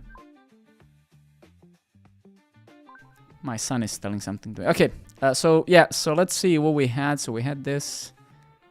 Notifications, find one, blah, blah, blah. If I don't have notification settings, create the new ones, then return them. Push notifications, notification settings. What did the AI do? It did something. Is new record, yeah. So I don't know. That didn't quite work, did it? And then it's complaining here. In notification settings, we also have push notifications, right? And then what do we have here? Push notifications. Push notifications, exactly, right? All right, so let's see now. Does my old stuff work?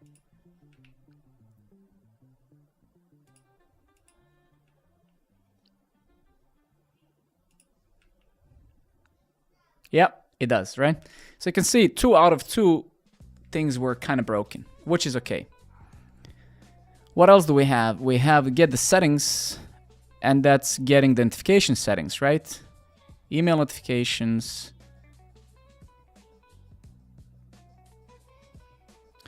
This is Cursor AI. What is it? It looks like one of the old versions. What do you mean by that? I'm actually genuinely interested. When you say it's one of the old versions, how did you come up with that? Based on what? I mean, how do you know when you say it looks like? How do you decipher that? How does the AI look like?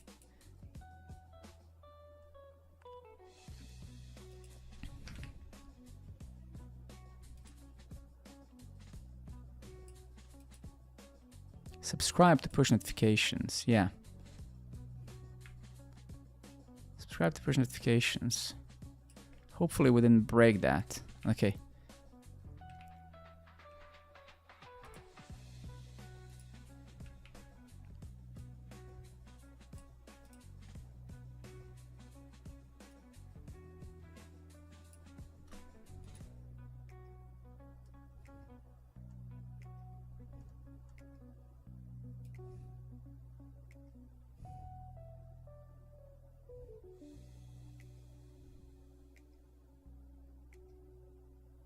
Yeah, but which answers?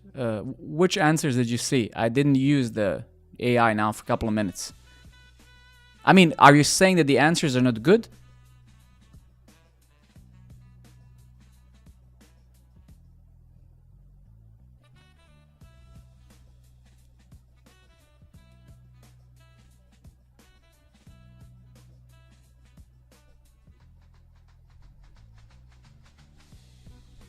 Okay, this is actually good. I just need to review this. I don't trust it at all. Is there anything here?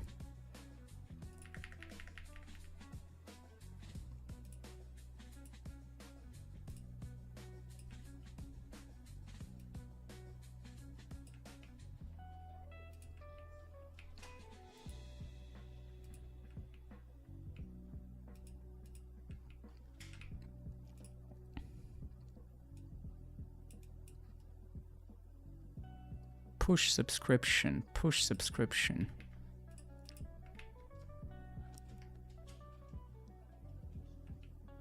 Oh, yeah. Yeah, I'm a little bit...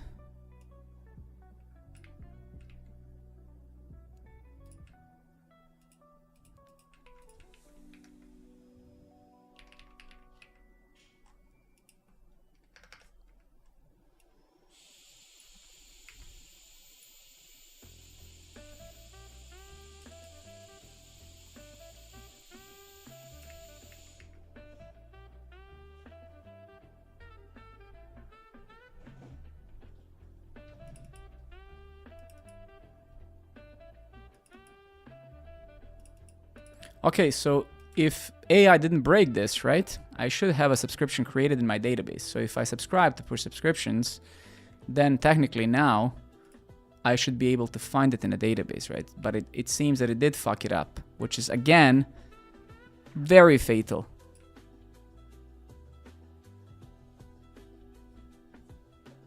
Yeah, that is pretty terrible, yeah. So it did kind of break it. Notification settings... notification tracker, and then the push notification is broken, unless it's a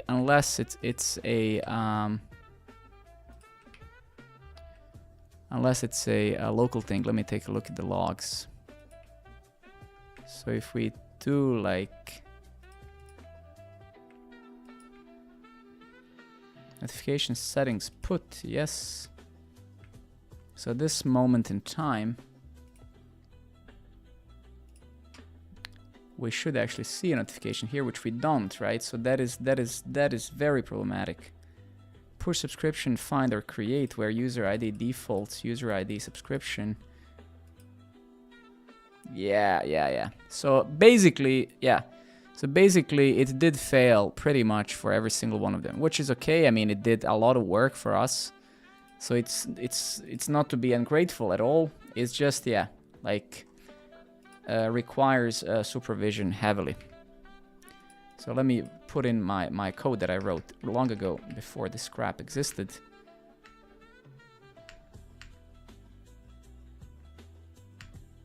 Yes, nice. Cool.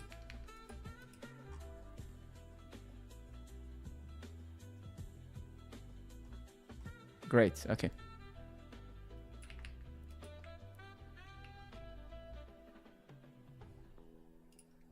Are we gonna try that again and take a look at the database? Push notification. We got the response back. Hey Alex, all good. I managed to create it for you. Push subscription. Still not there. Very weird. Push subscription limit. Am I looking at the right database? I am. Push tracker. Settings. Notification. Email notifications. This is all in the settings. Oh shit, wait a minute. It's the browser that didn't create the notification yet, but it should have pushed it, right?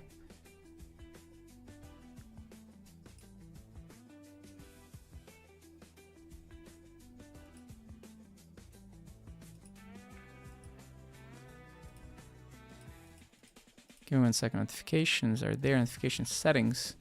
Email notifications, push notifications, exactly. So it doesn't actually... yeah, crap. Give me a second. I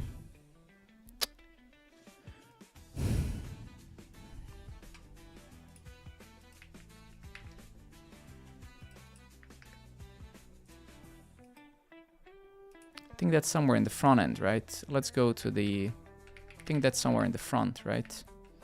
Yeah, let's take a look at that. Where is the React project? Here, right? src index. So we have some service worker here. Custom service worker. Then we have the push notification here.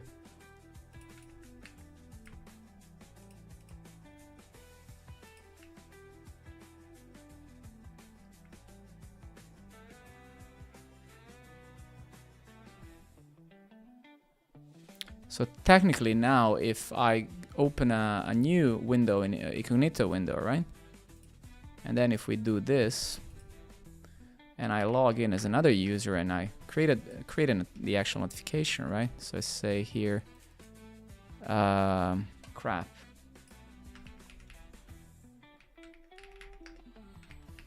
me find some user that exists as a dummy user. So I do this, we go here, say password. So now in theory, if the push notifications would work, I'll go and I'll follow myself, unfollow, follow again.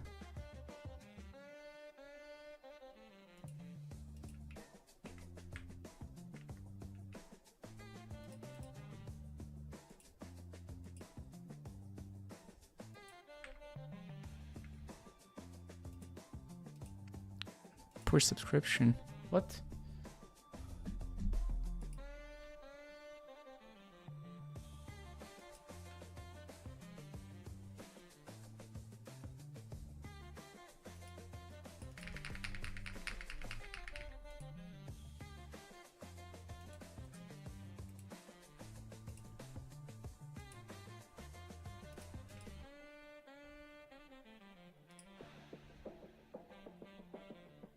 Leo, my friend, good evening.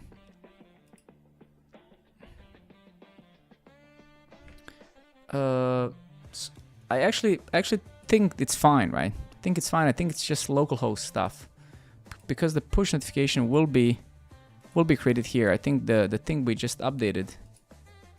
Yeah, push subscription. So it's just how do we? How can I? Is there a way for me programmatically to push the subscription? I mean, this in theory should have done that. It's just I don't remember how I've done this before, so I might have just forgotten. But if we take a look at this, this is basically where the logic is. So we need to wait for the push notification from the API, basically. Good, man. Good. Just hacking a bit. Gonna finish soon and then spend the evening with my wife. Just refactoring some stuff. Okay, well, I guess that is fine. The only thing I still dislike maybe is that we should merge the schemas, and so maybe that's the only thing that's left. Like we should infer, right? Okay, so let's maybe tell it to do that. So okay, so let's go to the composer, and I'm gonna give it the schema there. I'm gonna give it the notifications.types. Right, and then let's say instead of having both the types and the schemas, just as I've done across folders tags, for example, ensure to infer types from schemas using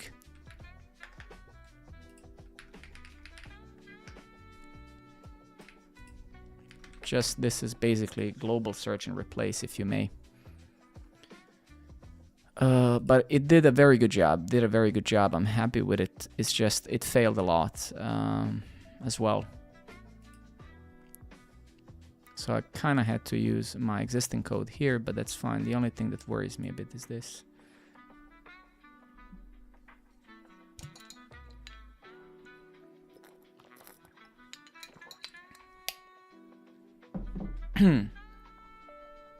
All right, it's gonna now infer the types from my JSON validator instead of duplicating them, right? Nice. So let's accept that. So you can see this is the beauty, and this is one of the annoying things with when you're working with Fastify or any really HTTP, let's say, framework or library that uses JSON schema. For validation, right? You need to figure out how to properly use it with things like TypeScript, right? And this is very beautiful. This is how you do it. Okay. And then the types itself, hopefully it can nuke a bunch of these types now. Now we'll delete separate, okay. And now we're having notification types.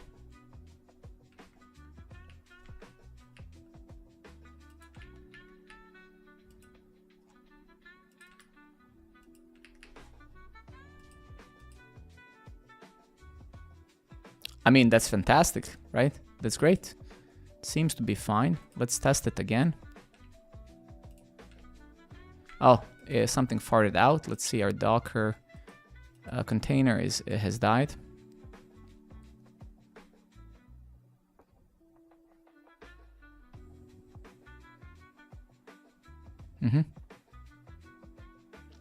Schema must be object or boolean. Okay, some schema is messed up somewhere.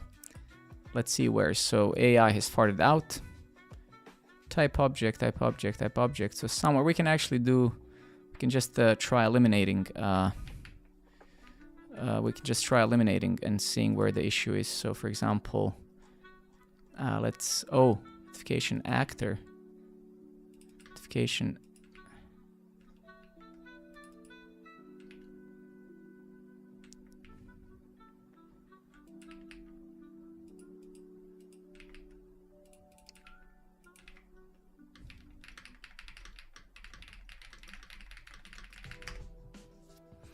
So we're missing this type now. It has basically nuked it by accident.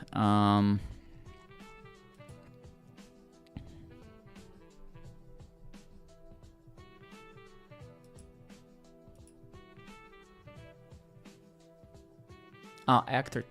Notification actor. I see.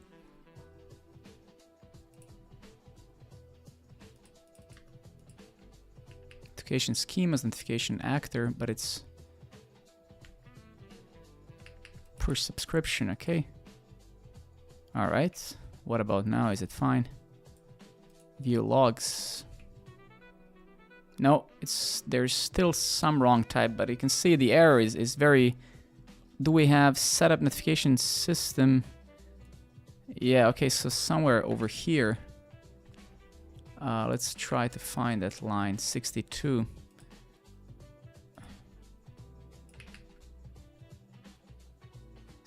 So we were basically here. Oh, what? Yeah, well, it fucked up a lot of things, it seems. All right. All right. All right. All right. All right.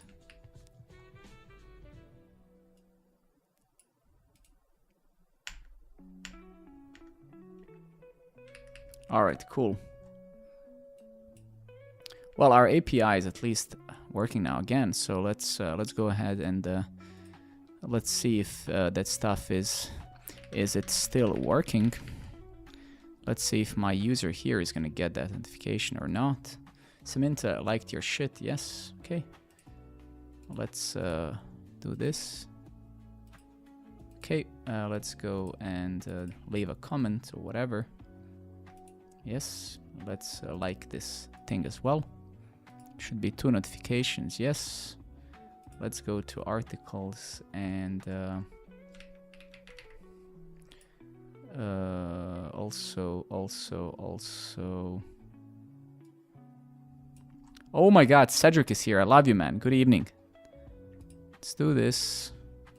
Super, okay. Very good, still working. Okay, well, that refactor you could say went fine. I think. Is it fully finalized? No, I think it's still missing few types, minor types here and there. But I think... Phil, good evening, Phil. Man, you literally came to my mind a couple of minutes ago. And I'm like, shit, man, I'm streaming today this front-endish, semi-front-endish stuff. Phil is probably not interested into this type of stuff. Good to see you, man. Thank you for coming. So yeah, this is very good. This is very good now. Toggle notifications, read worked. The only thing I'm worried a little bit about is our native notification system now. Is this going to work? Push subscription. I'm not...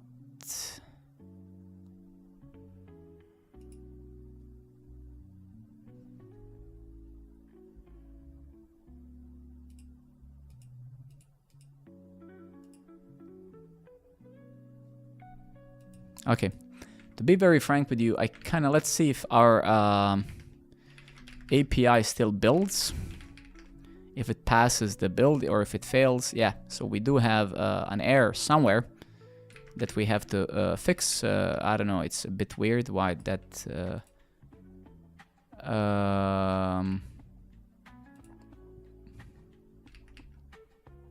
and then we have cache map here. Wow, okay.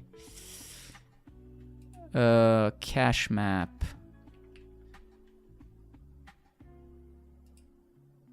Yeah, that kind of sucks ass. And also, how the hell did this just appear here? So is it due to schemas cache map? What is a cache map? I don't remember what this was. Cache map. Is this? Oh yeah, this is an actual. Yeah, no chance. It's that cache map.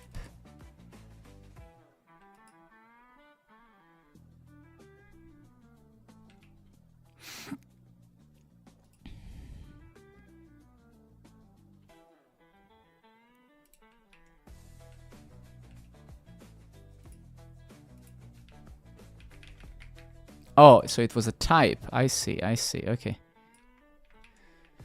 All right, so I'll just temporarily export this stuff there.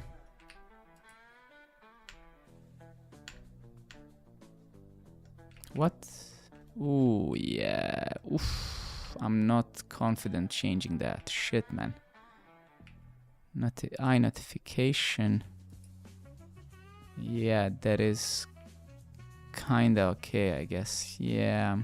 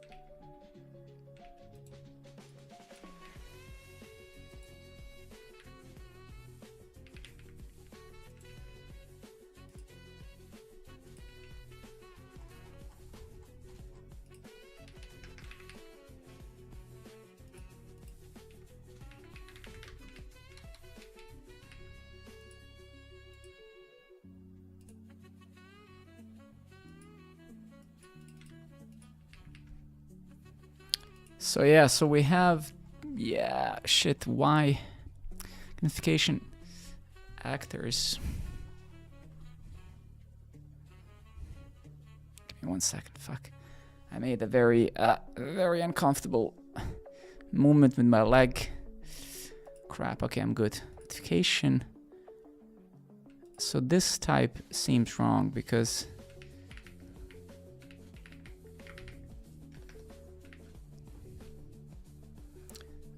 wait, get target by type.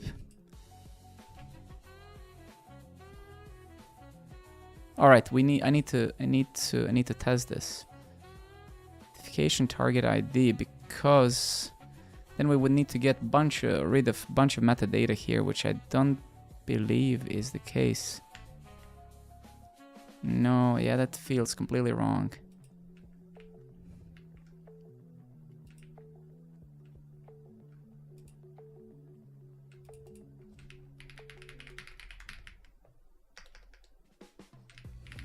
Yeah, so there's no metadata anywhere anymore, which means that we have kinda either the types are wrong, or so let's see, where is this used?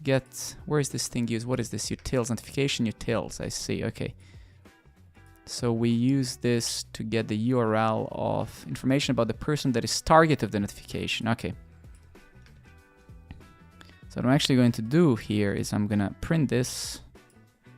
Then I'm gonna also print this. Information about the person that is target of the notification. Yeah, it's been very long since I built this, so I don't remember.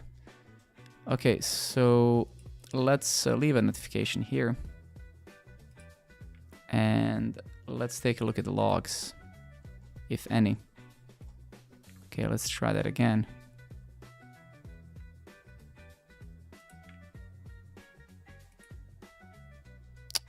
Come on.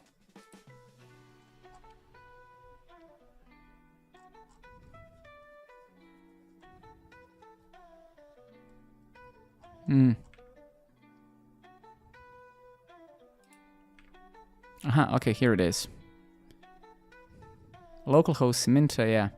Metadata, so yeah, so this is in fact correct, right? So that means that the type that we're dealing here with is incorrect, right? Yeah. So that means that iNotification type is wrong.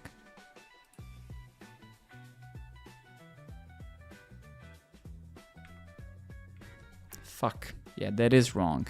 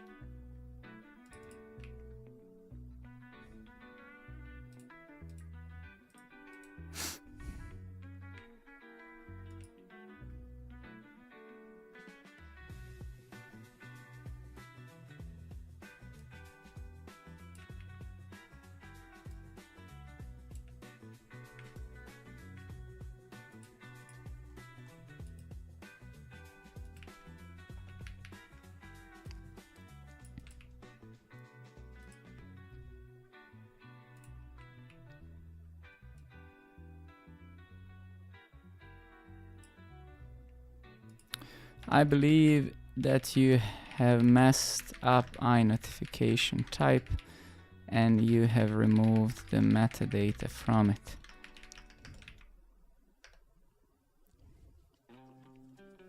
Cedric, my friend, how was your day if you're still there?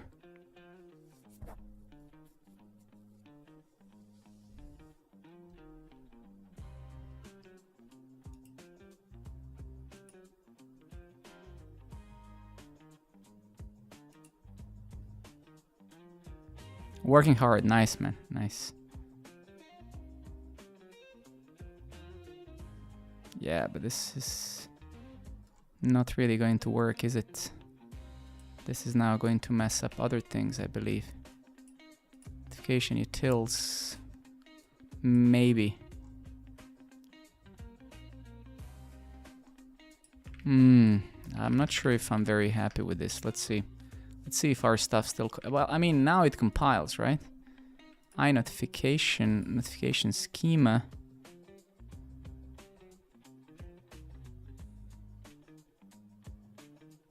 Nice, man. That's amazing, dude.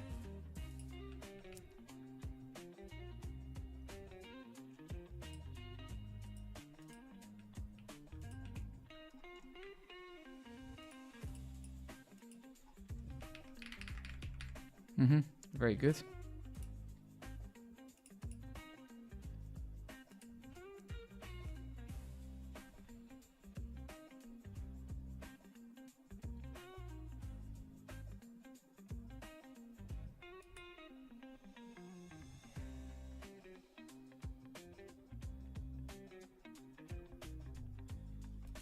I mean, I can in theory leave it like this because this is gonna work.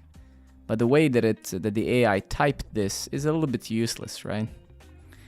Because the type itself is slightly vague, right? So if we take a look at the type, iNotification, you'll see that the metadata really is just a record of string to any. So that's not very useful, is it? So we could be more specific there, right? But again, for the... I mean, generally, it's very good already, so that's way better than it was before. So I think we can just go with this for now. Is there any other potential issues? Let's take a look at that. Okay, let me just review everything, and then we're gonna push this to production. So let's just review this together. So we have updated some types here, moved some types away. Very good. So that is correct. So let's say git checkout-b refactor notification system.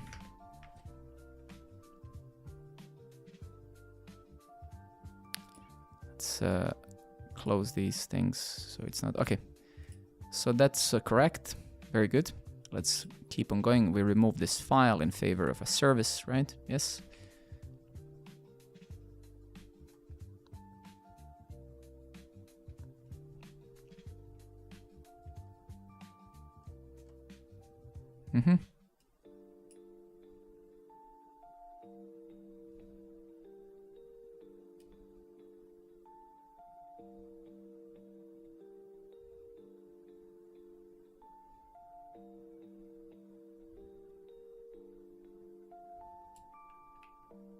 All right, good. This is going to be a massive change because we're practically using the type box now and then generating schemas from it and then also the types.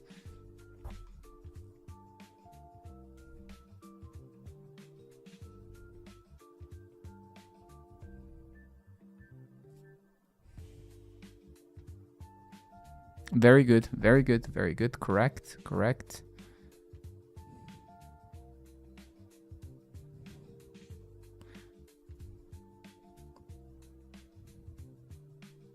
Very good, very good, correct.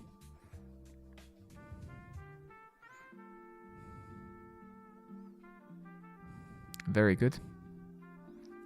Actually, I didn't know that you can do it like this with a type box, so that's also very useful to know. Additional properties, sure.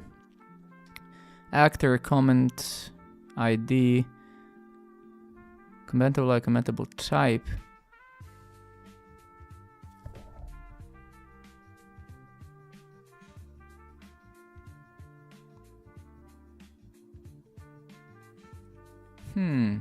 Fuck is...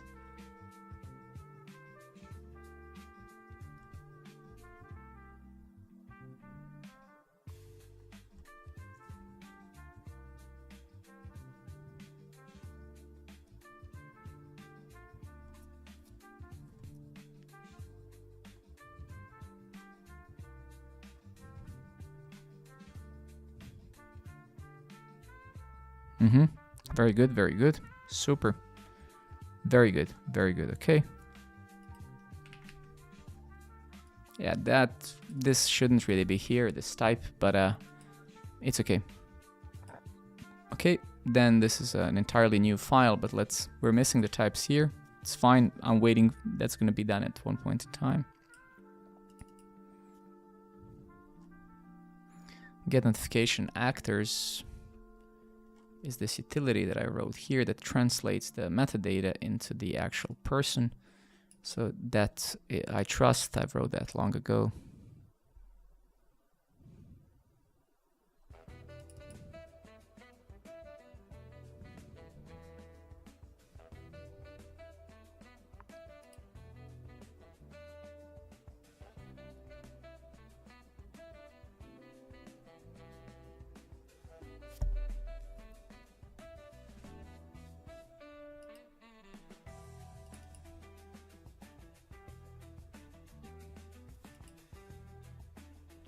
Okay, correct, yes.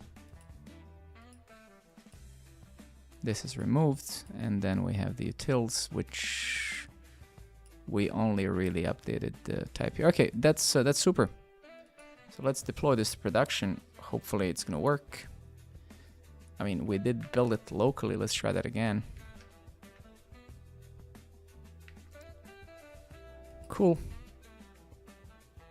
Let's push this.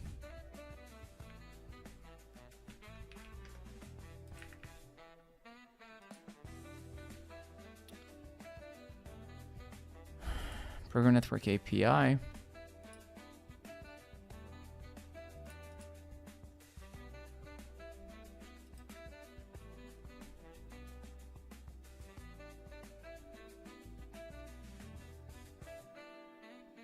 All right, well, we just reviewed that, so I'm just gonna merge this.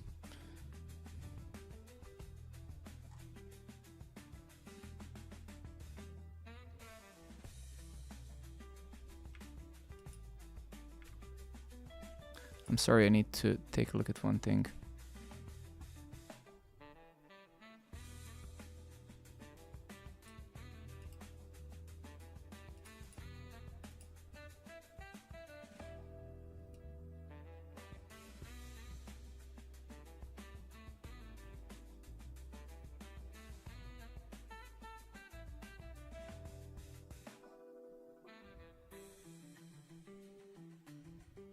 That's not what I wanted to see. I wanted to see this file that I removed.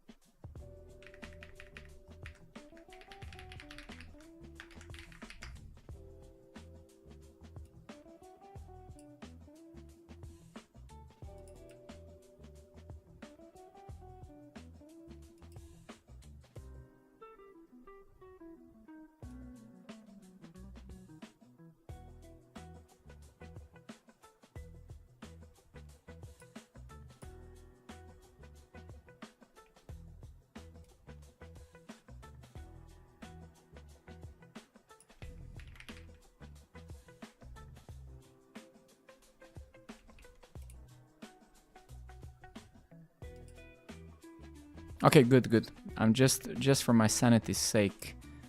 Email notifications are still here, right? Okay, good. This is a very important system that has to work. It can't fail. This system has to work, otherwise. All right, cool. That's very good. Okay, so let me merge this. And then we're gonna wait for this to get deployed. We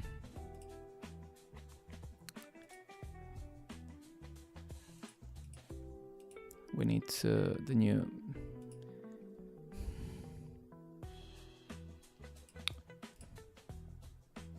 All right, awesome. Okay, let's chat a little bit. Any questions while we're waiting for this?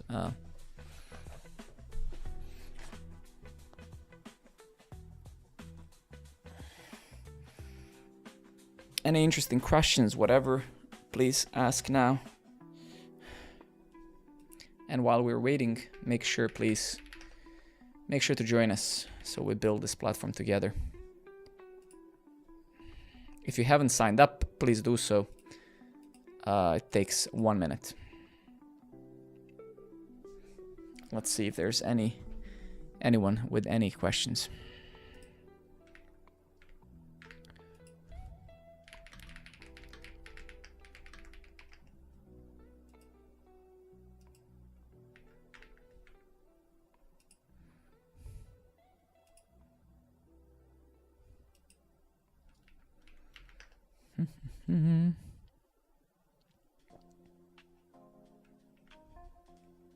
Cedric, man, how are you with time tonight and tomorrow?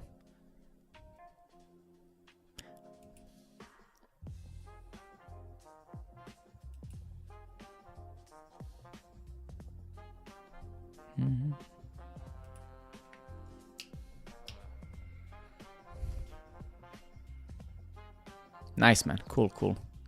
I should find something for you. Make sure that you pull the API, Cedric. I did a lot of changes past 3 days, so there's thousands of lines have been changed, just FYI. So make sure you pull that. I'm just unifying a lot of logic in the API because then we have to. Let me read my notes here. Let me read my to-do list. Yeah, SQLized TypeScript generators. So basically where we're gonna go with these, I'm gonna unify these resources, right? Then what we have to do is we need to use the SQLized TypeScript generator, because I want to generate the, I want to attempt doing this to kind of switch to a latest version of SQLize.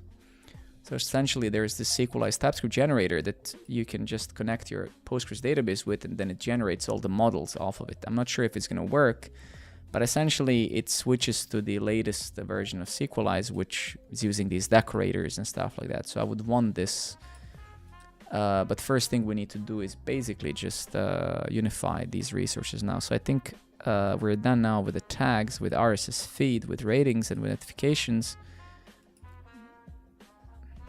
Yeah, exactly. Then we have users. That's going to be a little bit tougher one, because there's a lot of stuff in here that I have to do. There's a bunch of models and relations and stuff like that in there. And then what do we have here? Yeah, okay, we'll see about that. All right, did we fuck up production or not? Let's see. No, still seems fine. Yeah, still seems fine. Are we getting notifications when we fetch them? Yeah, target ID is required. So yeah, we did fuck it up kind of, right? Yeah, so we are not getting the notifications properly. Target ID is required. Did I forget pushing something maybe or whatever? No, everything's pushed.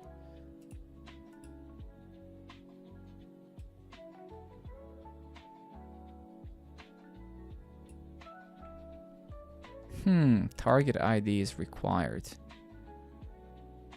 Crap. Yeah.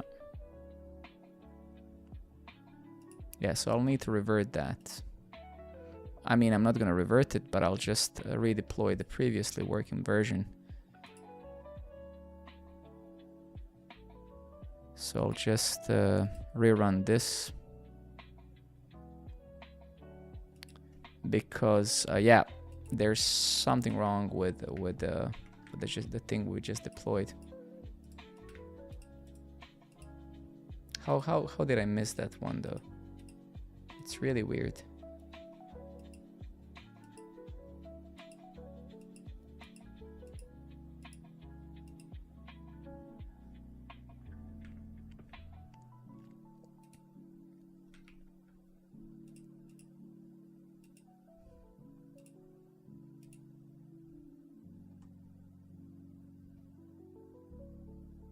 Give me 2 seconds.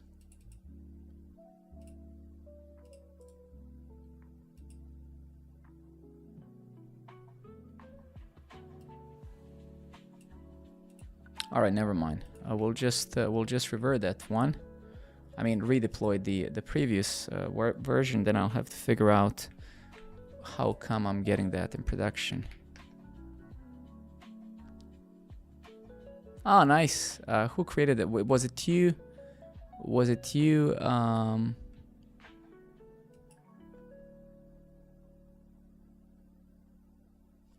Isn't there any bot configured on YouTube? I don't think so, man. I don't think so. I mean, I don't...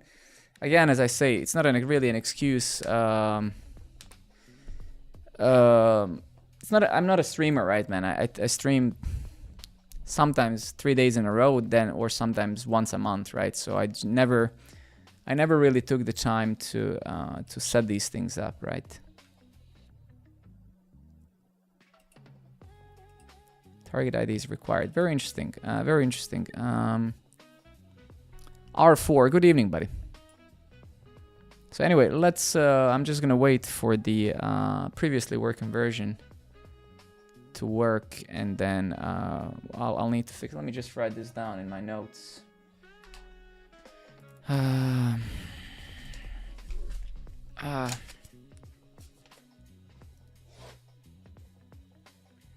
Target ID is required, right? Is that the error we had? Target ID is required. Yeah.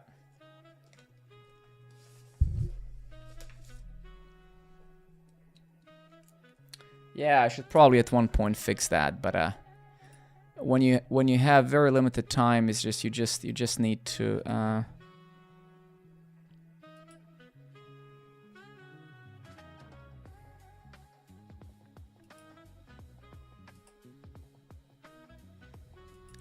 It's really weird though that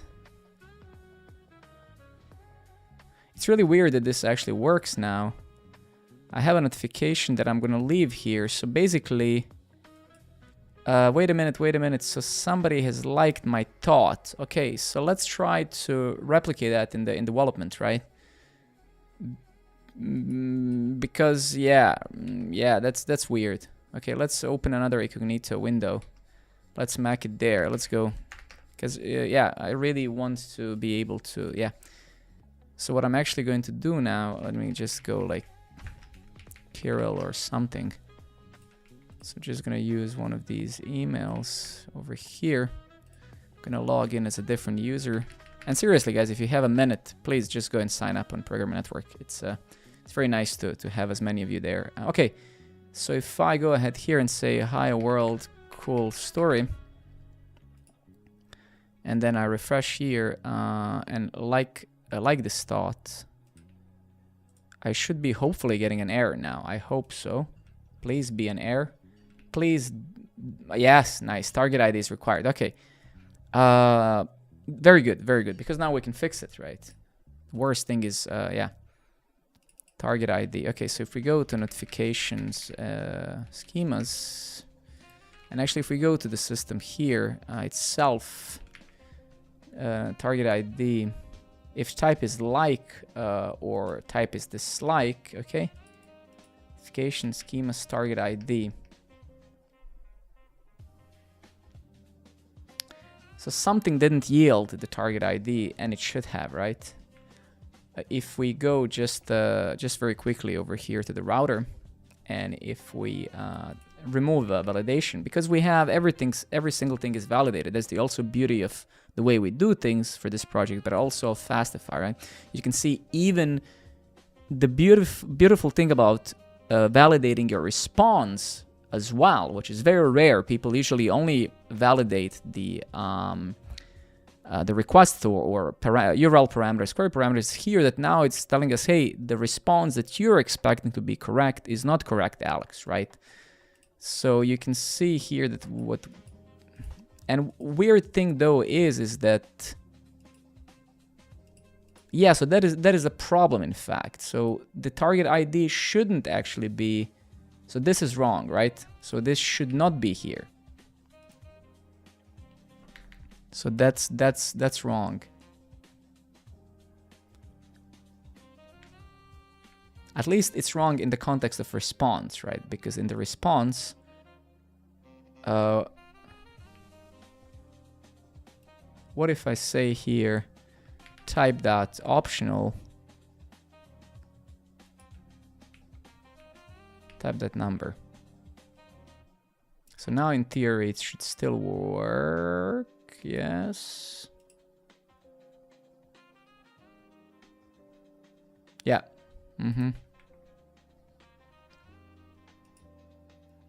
And if I comment it out just for a moment here, we're farting out over here, and that is get notification actors, and then target ID, information about the person that is a target of the notification. Yeah.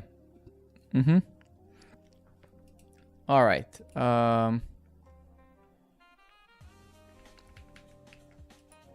So that this technically fixes it, right?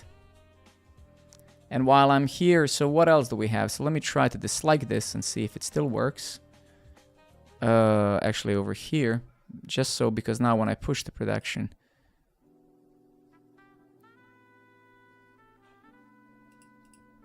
Kirill disliked your thought. Yes, very good. Test. Then I should be getting another notification here. Yes, very correct. Then I will go into my own thing and I'm gonna upvote that. So Kirill gets a notification, hopefully.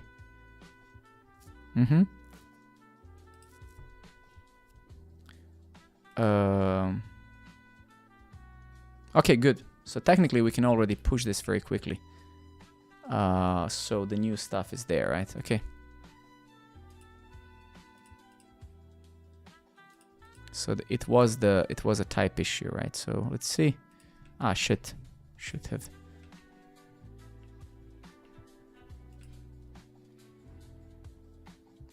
Oh, fuck. Metadata is required. What? Did I mess something else? Metadata is required. What?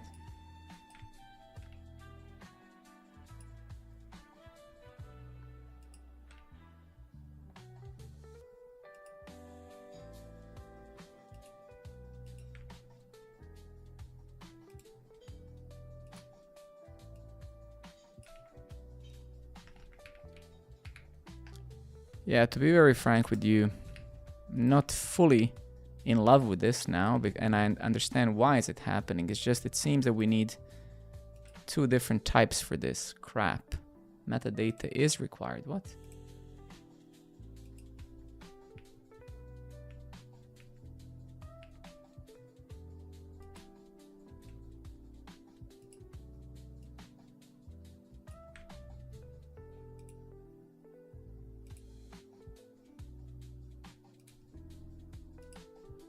Metadata is required.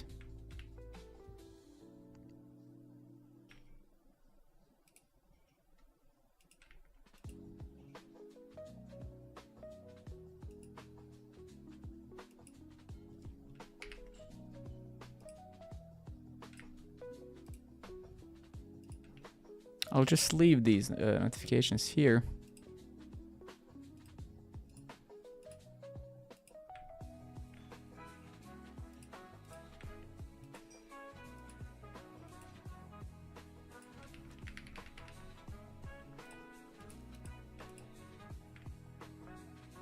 So we can clearly see that the actual schema here is wrong. So we don't really, okay, let's, no, that's good because AI messed us a little bit, and that's perfectly fine, I like that. So because we can really decipher from this payload here what it is that we actually need. So if we take a look at this fella, it's really the notification actor, it's really this that we're expecting, initiator target, right? So in ID, yeah, so that is the fix, the real fix, right? And that's perfectly fine. Why is this also complaining suddenly? That makes absolutely no sense. What the fuck is wrong with you, man?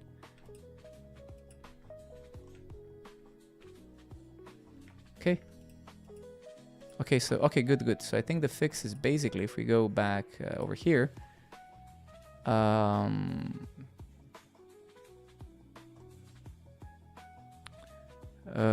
I know, blah, blah, blah. So whatever this returns, right? And this, so it's an array of notification actors. That's what the router should return, right? So if we go here, yeah, that is actually a correct type. So why? It's so weird, man. Notification actor, yes. Notification actor schema, also correct. And then this is wrong here, right? So this is pointing to a wrong thing. This should be notification actor schema, right? Yes. And that should be an array of that.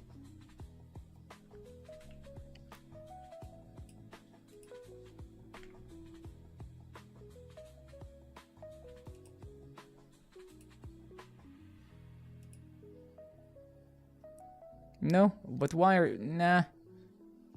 No. What? Target ID, where the fuck is target ID required? Are you kidding me, bro? Where? It's not required. What are you talking about, man?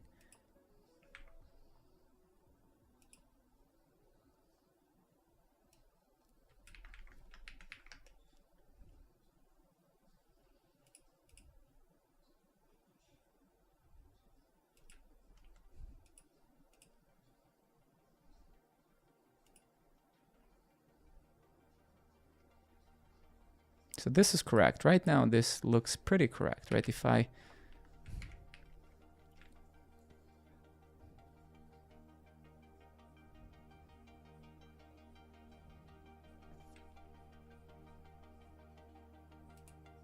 Yeah, okay. Give me 1 second. I'm going to answer a question in a second. Tags, notifications, response to 100, notification actor schema, initiator is good. Notification actor target schema, type email username, yeah, that's also good. So what the hell is happening, bro? Notification actor schema type object, ID type target, all of that is correct for sure, yeah. Notification actor, notification actor,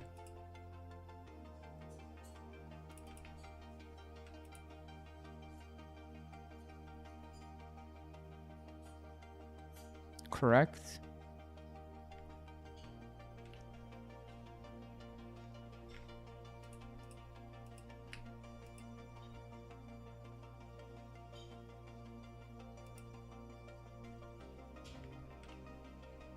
Something is... What? How does... Are you... What the heck, dude? Alright, I mean...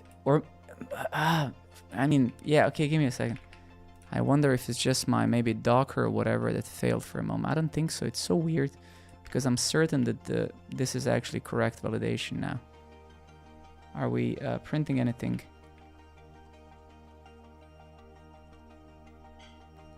Yes, okay. Handler. I'm gonna answer that question in a moment. Just give me a second. Okay, good. So it is now working. Okay, Jesus Christ, man. Very good, very good. Good notification schema, notifications. And then we're using notification actor schema. Okay, good. Whew. That is that was not too easy, was it?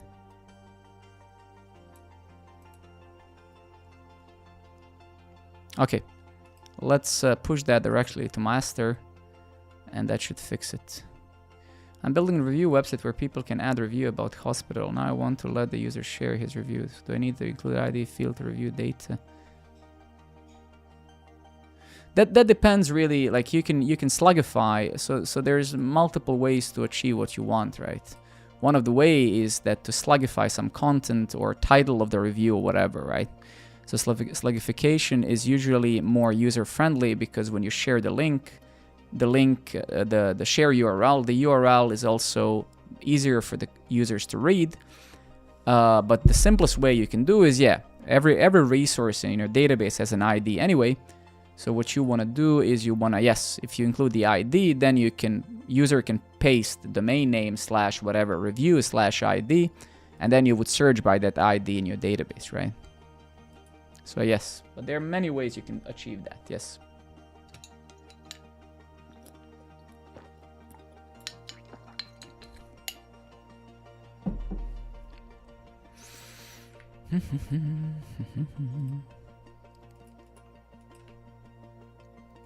Okay, very good. How many people do we have that signed up today? Yeah, 5 people. Nice, very nice. Thank you very much, everybody who took the 1 minute to sign up. And let's wait until this is deployed.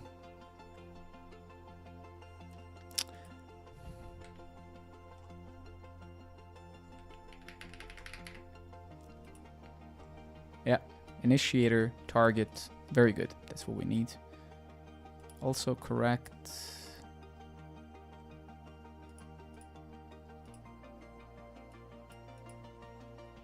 Also correct, yeah. Any other questions? Please, absolutely, just YouTube, Twitch, both of you. If you have any questions, just ask, please. What's happening? I have a LinkedIn notification as well. Oh, let's actually not do that now, so we don't expose PII data. That would not be too professional, would it? Deploying to Hetzner.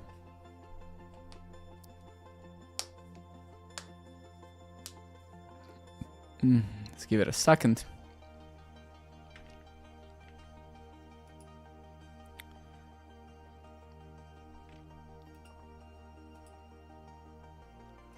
So I've converted a bunch of these resources now. Another interesting one would be the auth. This is a very sensitive piece of code that I could technically, now using the agent, actually solve pretty fast, I would say. This one could be pretty simple, honestly. User response schema. Actually, so what I'm going to do now, just manually before I deploy an agent to speed up things, of course, we're being pragmatic here, are we not, right? So what I'm going to do is I'm going to manually fix up a few things. So I'm going to take this user response schema and I'm going to go to user, so API user schema, whatever, user schemas.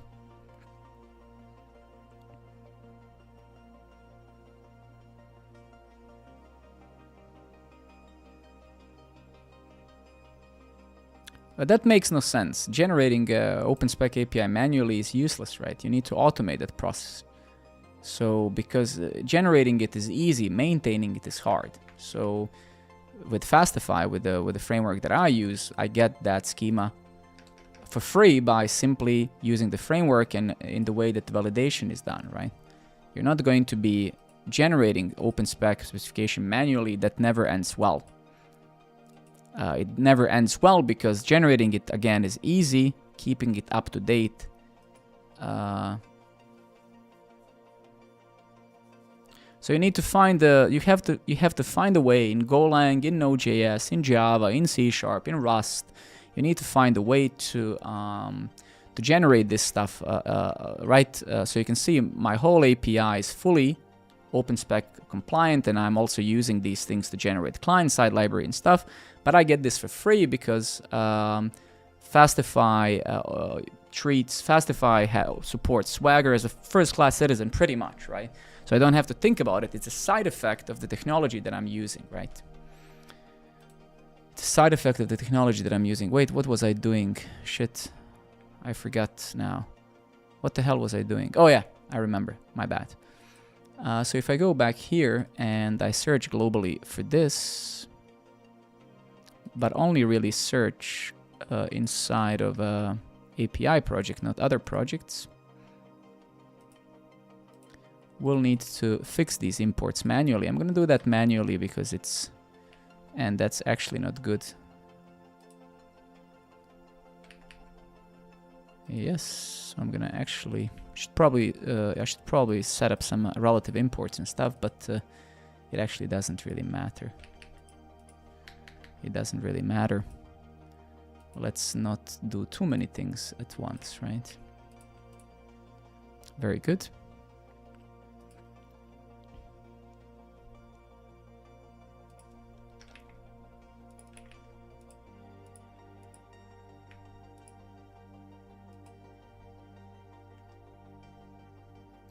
I'm sure there's many bugs on my website, right? This whole platform is built inside a stream while answering a bunch of your questions, right? So I'm sure that there's some bugs somewhere, or many of them. No question about that. You need to, yeah. There is no website on this planet that doesn't have bugs, or any other product for that matter. That is just, that's why we have jobs, right? To fix these bugs. Okay, very good. Okay, so that we moved there. User schemas. Yes. You can report it on Discord or here first, and of course, thank you very much for doing that. That's literally why I stream, to hear your feedback, of course, to give back, to help you out, those of you who have questions. But most importantly, to also get feedback from you guys. So thanks a lot for, of course, for doing that. Users.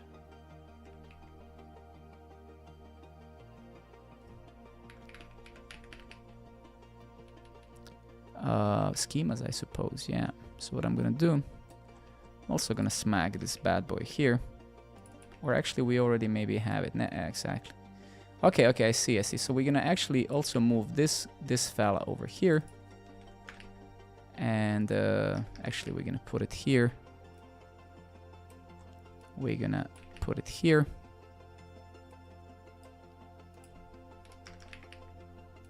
Nice, super. Gonna get rid of that. Employment types, super. And then let me just manually fix the rest of the things. So yeah, it seems this could potentially be a duplicate, is it? And actually, let me get rid of this file as well. We're cleaning up stuff. So if we should really have only one of these types, right? Not multiple. So this is the constants. And then we have the user model here.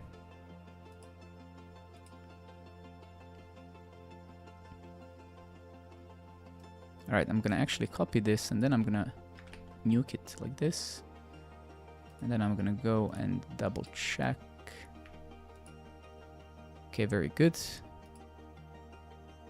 User schemas, employment type. Yes, this is faker, that's fine. That's also fine, and this is not fine. Okay, cool. So this is the last one, I believe, right? Yeah. Employment types. Where is this from? This is, oh, this. Shit. Oh, okay. Wait. That was premature. This is a different project. We are now in a front-end project. Okay, shit. That's not what I wanted, right? That's because I have a workspace here. So where is that? Constants. Yeah. Let's revert that, right? Yeah. Okay. That was unintentional. All right, so can we still build the API so there's no import issues and stuff, right? There is, okay. Pagination schema, of course, cool.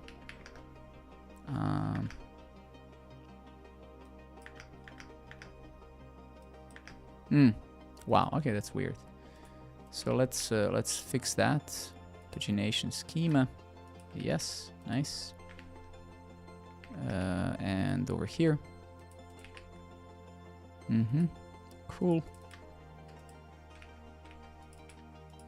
Give me 1 second. All right. And let's try building now. Cool, very good. Okay, so now we are at the place where, yeah, some silly file that was there for no reason for a long time, which is fine over here. Let's see, custom error types. Let me just review this very quickly. Swagger config, sure. This is kind of some constant file. Technically, I could move my Swagger config file to these constants as well, right?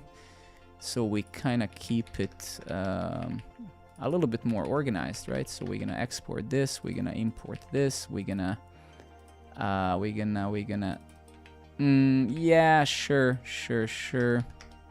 I'll say export is production. We're gonna import this enum here. Gonna try that again. Or actually, 1 second. Where's the env enum? Is it here? Oh, it's actually here. Nice. Okay, cool. Very good. And then we have AJV config, which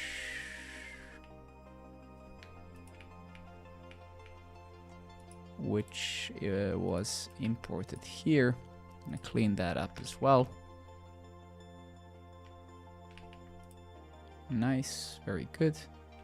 Gonna get rid of that. We're gonna then get rid of this. We're gonna then import it from here. Yes. I guess we can just nuke that as well.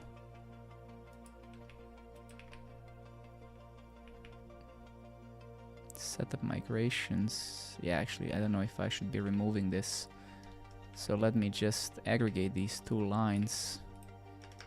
Let me put a to-do here. Check why I left this here. Okay.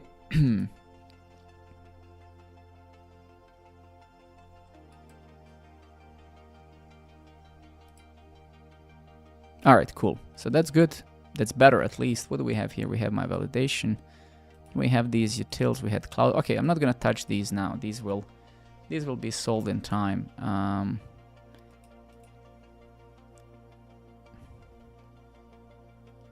We have these constants. We have the types. We have the schemas.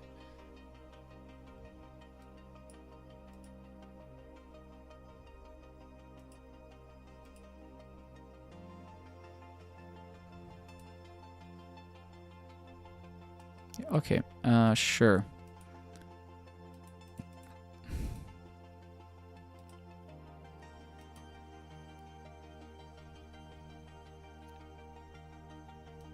All right, so let's do another quick one and then we'll probably round up the stream unless there's questions and stuff. So what I'm gonna do, just again, automating stuff, right? Take a look at folder tags, RSS,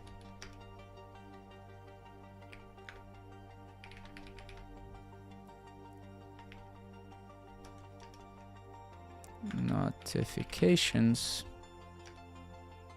and following exactly same structure, refactor my country's resource.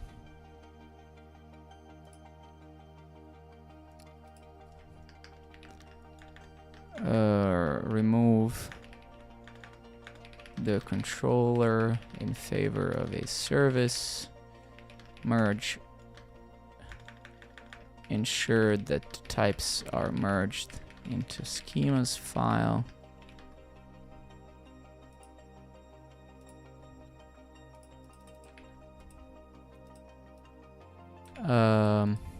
Make sure to use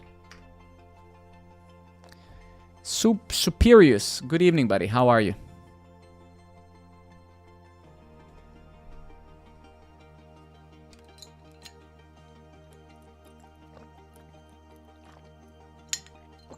All right, let's probably gonna this is gonna be the last one tonight. So if you have the questions, please just ask them now, because I want to go and enjoy some time with my wife.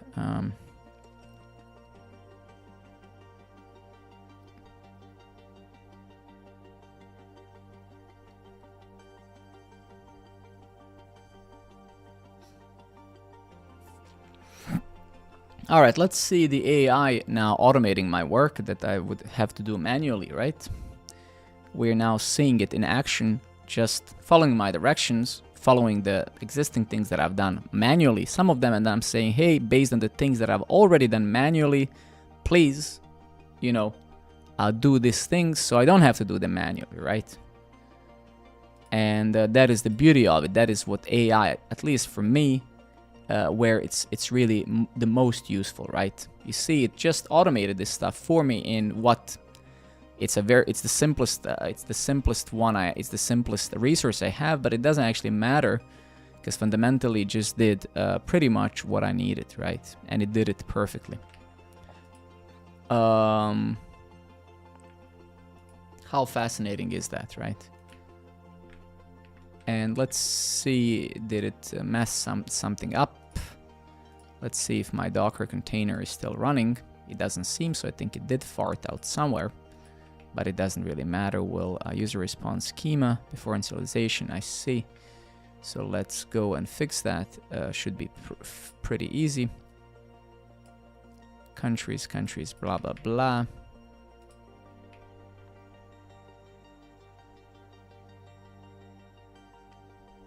Cannot access user response schema. This is actually here.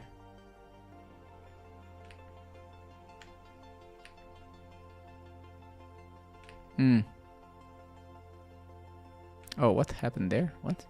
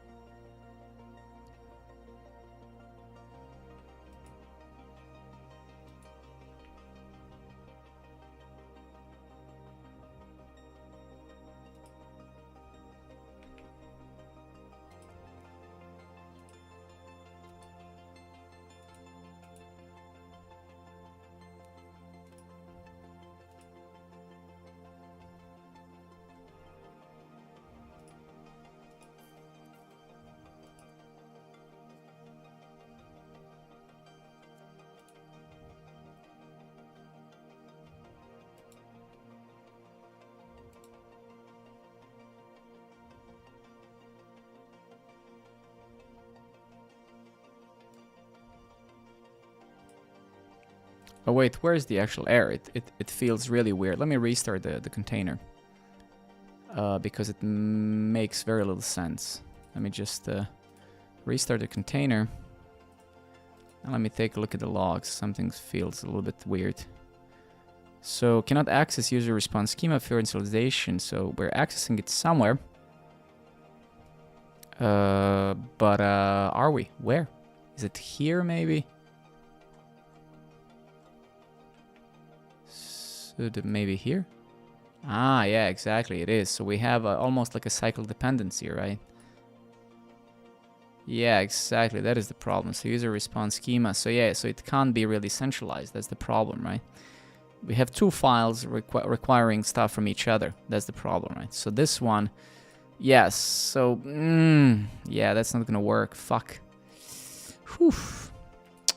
Yeah. I mean, it's a silly one, but it's a cyclic dependency now, right?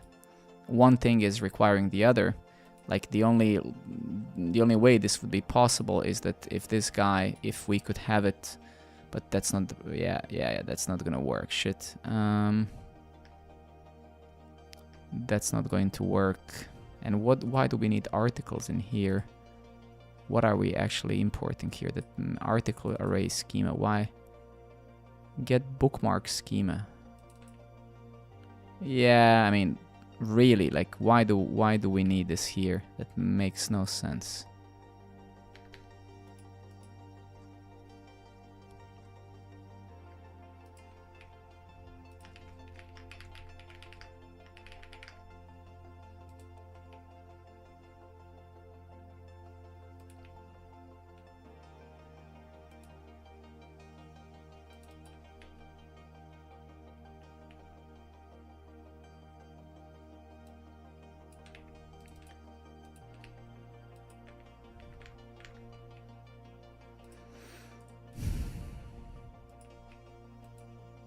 All right, so now that should be working again, right? Yeah, okay, cool. So that's working now. Let's double check our countries. That's still correct, it just returns a simple list of countries. And if we go to, not production, but localhost, and we inspect that, should be getting the countries properly, actually, if we go to the profile. And, sorry, we go to the settings, and we go to, yeah, here's the countries. That's still working, cool. Let's pnpm build. Okay, builds, nice, okay. I'm gonna actually deploy this and then stay for a couple of minutes more to see if there's any questions. Otherwise, I'll head off. So if you have any questions, if you need any help, any advice on something, please, the time to ask that is now.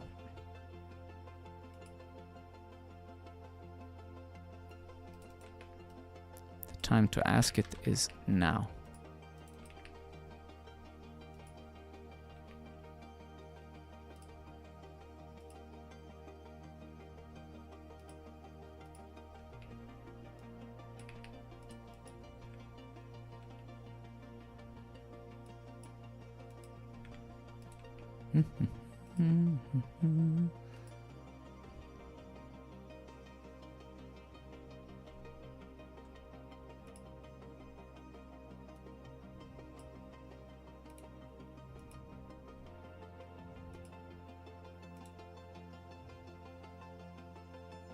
I'll just commit all of this stuff and also review while I'm doing it.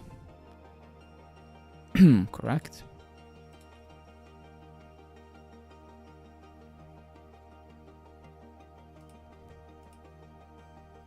Yeah, that's not correct.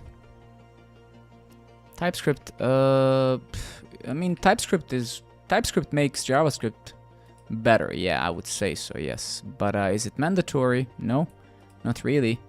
But it just adds the layer of, it just saves you some time with some arbitrary bugs that are typically easy to introduce without type system, right? So TypeScript is people call TypeScript to be a programming language, which to some degree you could say is true.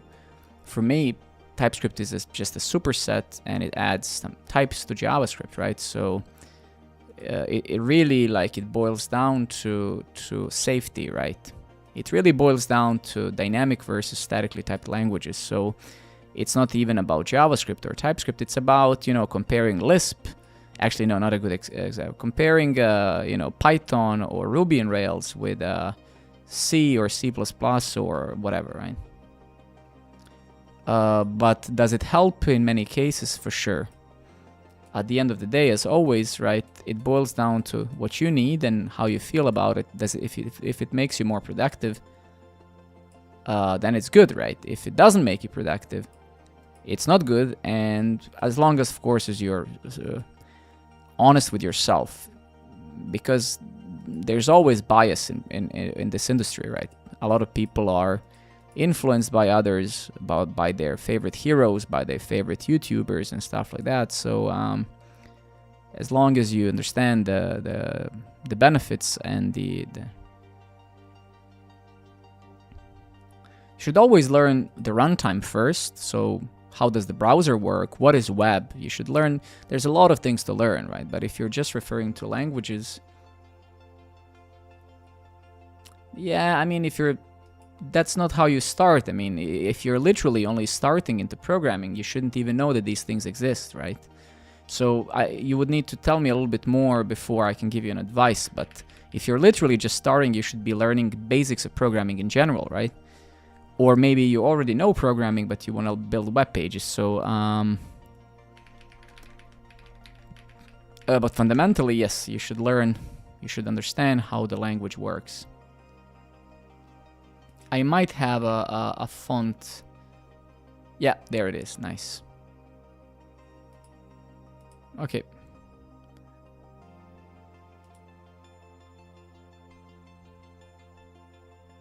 I see. Uh, it's actually hard, Rex, to give a proper advice today. There's a lot of you are practically, as I said today earlier in the stream, I think we probably gonna now have the worst generation of programmers ever in history of programming, right? And this is not to shit on you or anyone else, it's just the fact is that most of you will never actually learn to program. You're gonna start with, you know, these things like Cursor and all of this AI. Many of you, except the very persistent ones, very stubborn ones, many of you will actually never learn to program, right? And that's not a negative thing to say. It's really just the new reality that we're gonna see. So it's very hard for me to give you an advice because the advice that I give is heavily biased in the past.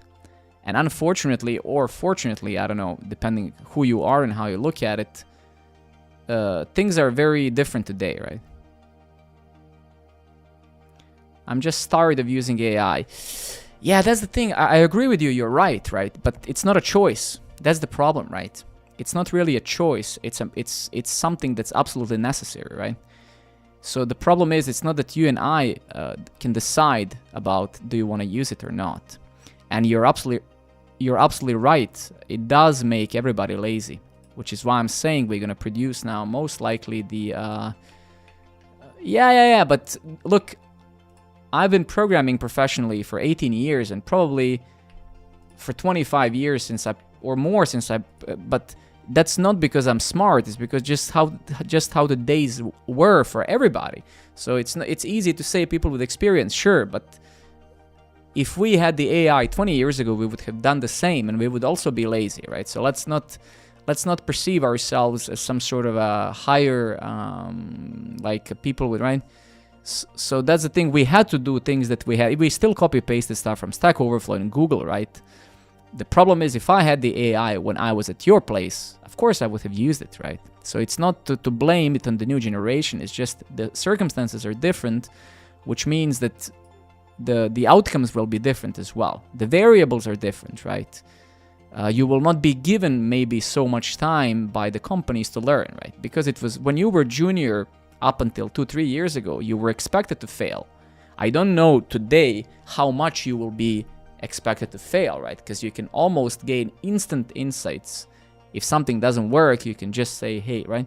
So I don't know, we'll see. Nobody knows. Nobody really knows, right? So that's one thing for sure that we know. Nobody really knows what's gonna happen. But fundamentally, yes, if you can force yourself to learn and to understand things, do so.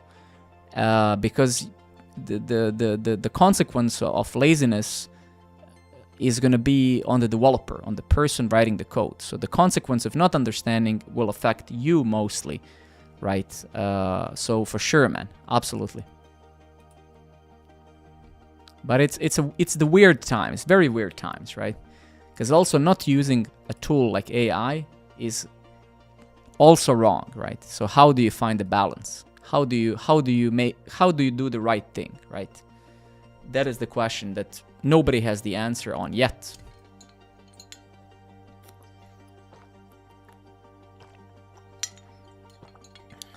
Yeah, it's gonna be interesting. Nobody knows. Nobody knows.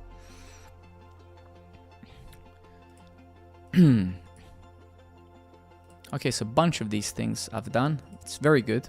Very good. And there's some pretty big resources that I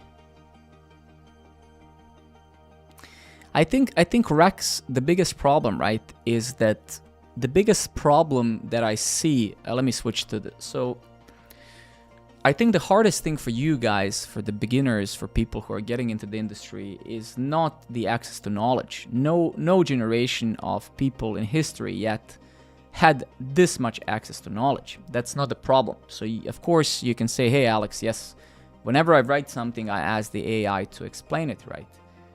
The problem with that is that you don't have the capacity to understand things on a rate on which you can gain information. So the bottleneck basically is your brain now. My brain, your brain, you get what I mean? So the problem is that let's actually discuss that. I think it's quite an interesting phenomena in a way, for me at least. I've been thinking a lot about this, right? So you have things like you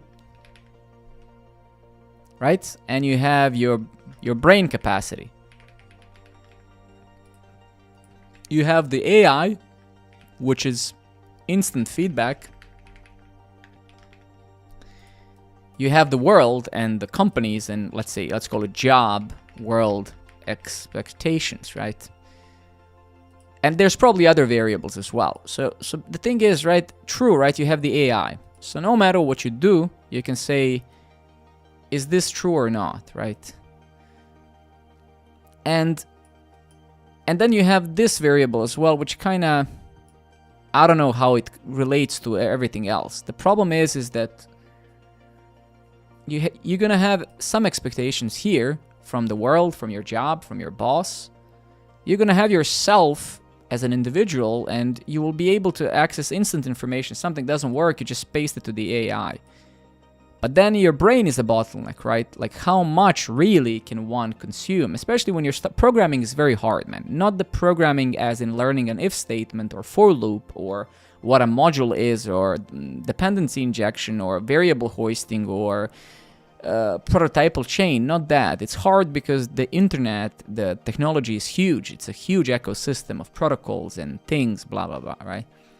So how are these three things go together, right? So yes, you can ask things. How much will you memorize before you have to move to the next thing? So the problem is the expectation from this here is going to be way greater for you to produce, right? So you today, you will have to produce more, which means that relative to how it was before, back in the old days, you weren't expected as a junior to produce almost anything, right? You were supposed to, and because you're gonna have to, you will need to produce more. That means that you will inherently give up on this patience of yours, because this guy here is gonna say, no, you need to, yeah, AI can do it, right? So you can see, we don't know what's gonna happen. The problem is that there's gonna be some guy that expects you to do something. It's not natural for you to do so much because, again, you're new to it, but you can do it because there's this tool that exists. So how are these three things work together? We don't know yet, right? That is the problem. So you can be as patient as you want, and you can interface with AI as much as you want, but it is beneficial. It is beneficial, absolutely. You should strive to do that as much as you possibly can. My main point is, will you be given that opportunity over time if you get work as a very entry-level developer, right? Because you can't take the time. The thing is, you can't take the time to learn as before because employers will expect you to produce more. But also because you have access to the instant feedback from the AI, you still have the brain capacity. Like, you can still learn as many things per day as you possibly can based on your capacity and IQ, right? So no matter what, you also have your brain, and people think it's like, yeah, today we have AI, so we can blah, blah, blah. Well, yes, you can, but you still can learn only a few things every day, which means that programming is still going to take a long time to learn because there's so many things to learn anyway. So yes, you're going to have this robot that's going to be almost like a mentor to you, but you also still have your brain, which is limited in how much information it can receive, right?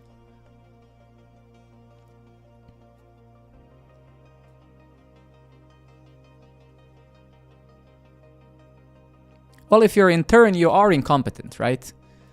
But there's nothing wrong with being incompetent. I mean, if your expectation is different, then you have a different problem. You're either egoistic or something like that, right?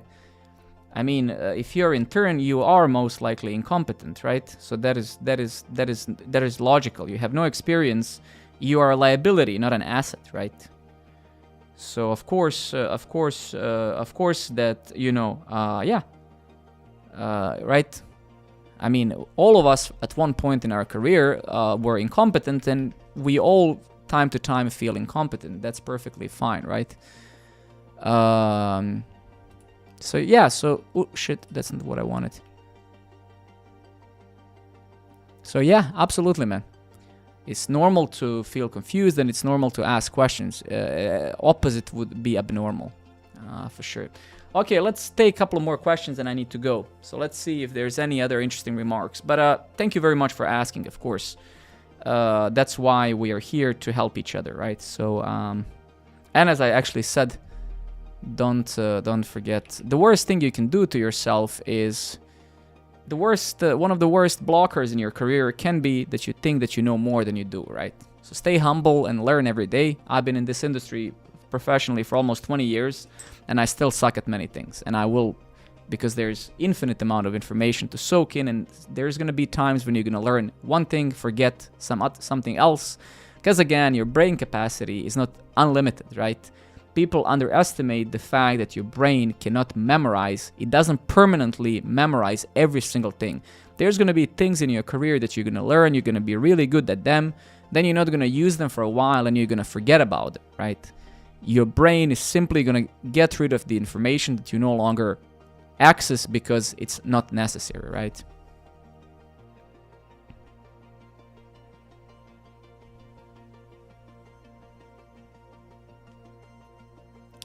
Exactly, Rex. Again, learning is the biggest irony of schools, the biggest irony of educational system. It doesn't really teach you how to learn, right?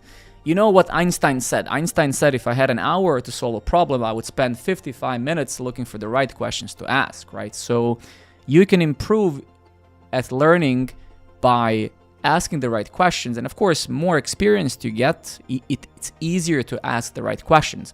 But if you're going to use AI, try to use the AI in a little bit of like a reverse engineering way. So instead of not being able to formulate a question to the AI, ask the AI, hey, I'm learning SQL, I'm learning Go, I'm learning JavaScript. What are the questions that I should be asking, right? So you can, and then of course, the best way to learn programming, like most other things in life, is to do things, right? So you can learn all the theory in the world, you can follow your YouTubers, your Twitch gods, whatever, but the only thing that matters is your capability to build things, provide outcomes for yourself and the business that you're working for, and show something that you've done. Everything else, nobody cares. So if you don't have any projects to show for, if you don't have references, if you don't have work experience, it's really all useless. So very early on, try to build things, right? When I was very young, I was coding in Pascal, in COBOL, in C, in PHP 2 or 3 back then, Visual Basic, and all these languages. And I was just building things as a kid. I was building terminal apps. I was writing. I was just obsessed by that. What's your opinion on paid? I think paid courses are more than worth. They're free. Front-End Masters is a great platform. Udemy is a great platform. There's a bunch of these amazing platforms, right? And it's the amount of content you get from experts is insane. So of course, I learned a lot of stuff on Udemy myself, on Coursera. There's no shame in saying that. I mean, unless you are really an asshole deep inside of your buttholes, right? We're all learning things, right? I mean, and I'm recording courses myself. I have my own YouTube, but I of course also watch some courses if I need some extra help or whatever. There's no shame in that. You should be proud of wanting to become better in life, right? So I think that all of these platforms, there's many of them. Coursera is one of them, like somebody mentioned. There's Pluralsight. There's the content is not the problem. The knowledge is not the problem. Let me show you one thing. Just let me show you one thing. And you're gonna be actually shocked. Let me show you one thing. Just to show you one statistic. You're gonna be actually shocked. Look at this. Just to show you the root of the problem of learning. Read this. Udemy reports that the average student enrolled in a Udemy course completes just 30% of the content, and an average of 70% of students never even start the course.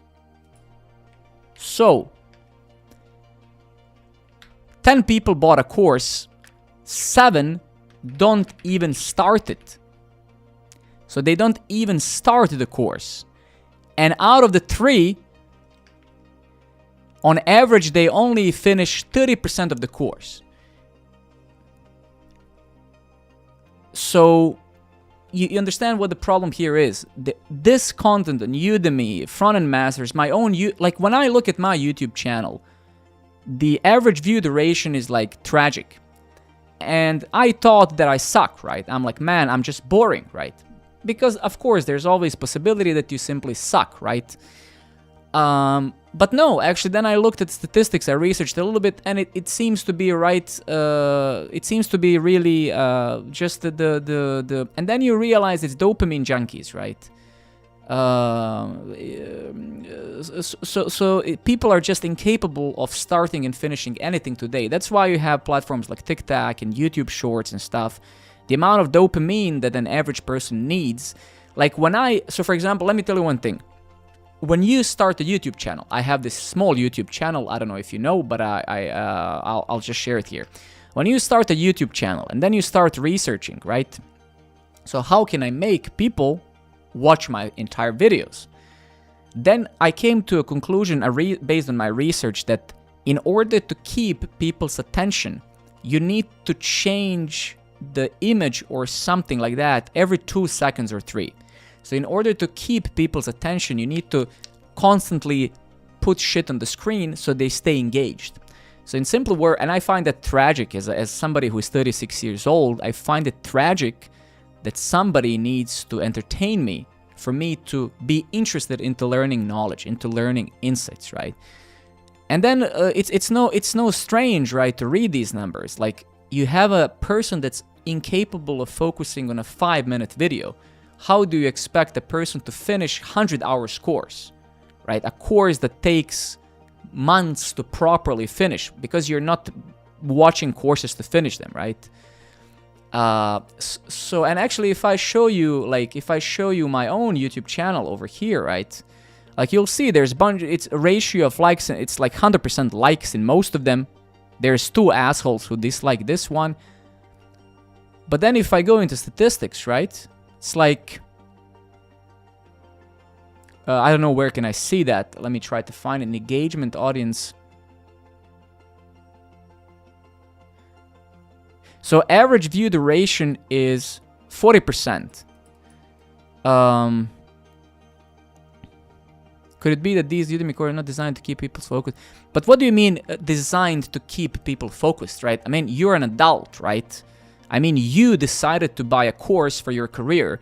Of course that I'm not gonna tailor my content that's heavily focused on self-improvement in such a way, like I fully get you, Elfman, and actually probably what you're even saying is correct, but that's what I find tragic today in this community, right?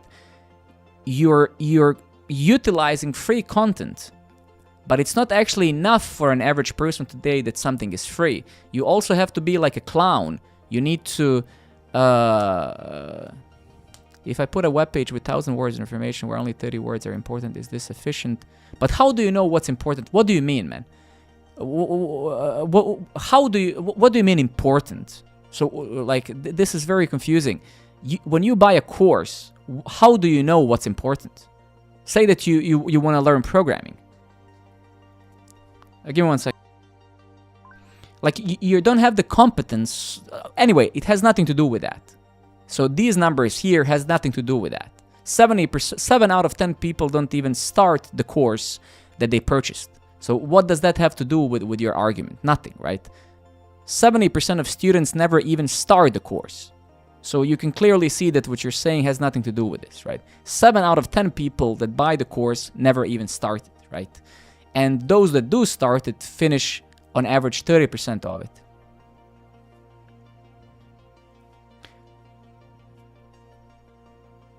I mean, come on, dude. That makes no sense. Sorry, man. That makes no sense. If you're referring to this statistic, that makes no sense. 0 sense. Have you heard of human condition? Anyway, okay. But that's just what fundamentally is. So my point here is, my point here is, if you want to learn something, because the question was, what do I think about these courses? I think these courses are fantastic. These courses are amazing, and they're free. You pay $10 for hundreds of hours of content made by an expert. Of course, you're gonna have comments like Mr. Elf and stuff like, yes, I wanna pay $10 and exactly have the course that I like, right? That's different, right? Because you can't make a course that's perfect in every sense. My point here is, these courses are great, and if you have the discipline and focus to go through them, you're gonna learn a lot. What we just saw is that majority of people don't have this focus, and that's of course also the reason why we always lack programmers in this industry. It's because programming is not super fun once you actually start doing it and once you realize what it takes to become a good programmer, right? People see the numbers, they hear the stories, I want to make 6 figures and stuff, but then once you actually have to sit and learn it, and there's so many people that procrastinate in this context. They buy different courses. There's always this endless seek of perfect course. If I just buy the course from this guy or this girl, it's gonna change everything. It's not. It has nothing to do with the course. It has everything to do with you, with your focus, your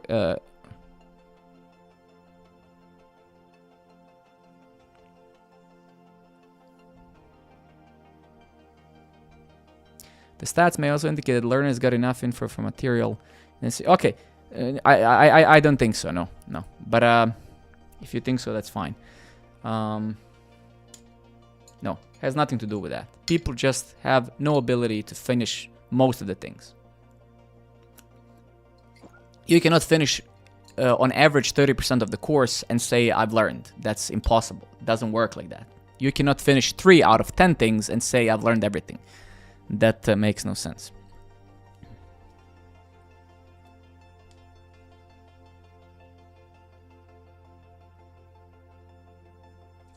Okay, guys, let's. My wife is calling me. If there's no more questions, it is. There's so much content today. Actually, before I leave, I'm gonna leave you with one book called Dopamine Detox. You can get it on Amazon for free, and you're gonna kind of know what I'm talking about. Give me 1 second. Let me just send it to you. I think you can download it for free from Amazon.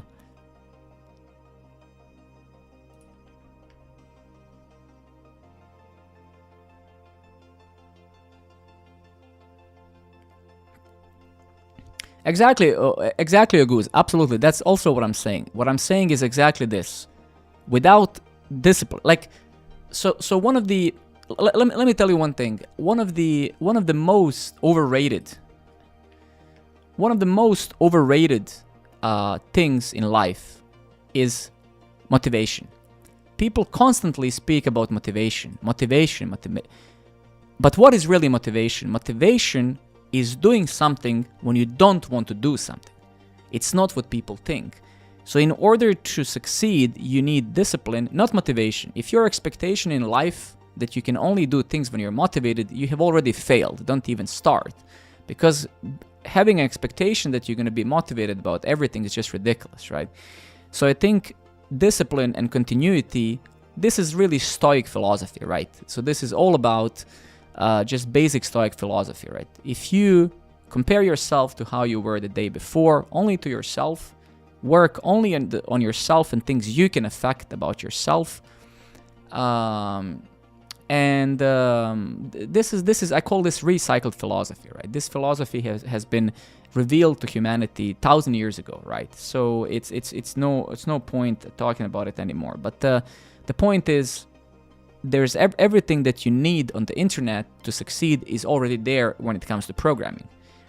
The fact that you're not succeeding has nothing to do with courses or books or content. It has everything to do with your ability to focus. And that's really the only truth, right? You have endless amount of content. You have people like me that this years ago would have costed thousands of dollars, euros, just to have this, you know, interaction with somebody from the industry. So you have all the possible content that you can wish for. But one thing that you can't get is you cannot get this knowledge without sitting yourself and doing things. And that is the fundamental thing. So many people will do everything other than do what they actually have to do, which is sit and write code, right? Okay, I need to go, guys. My wife is waiting. Thank you very much, everybody. It was fun. I'll see you guys again soon, hopefully. I don't know when. I don't have a schedule. So I wish you guys all the best. And please, if you have the time, join the platform. I would really, really appreciate that. Good night to you, everybody, as well. And I'll catch you guys up soon. Bye-bye. Ciao.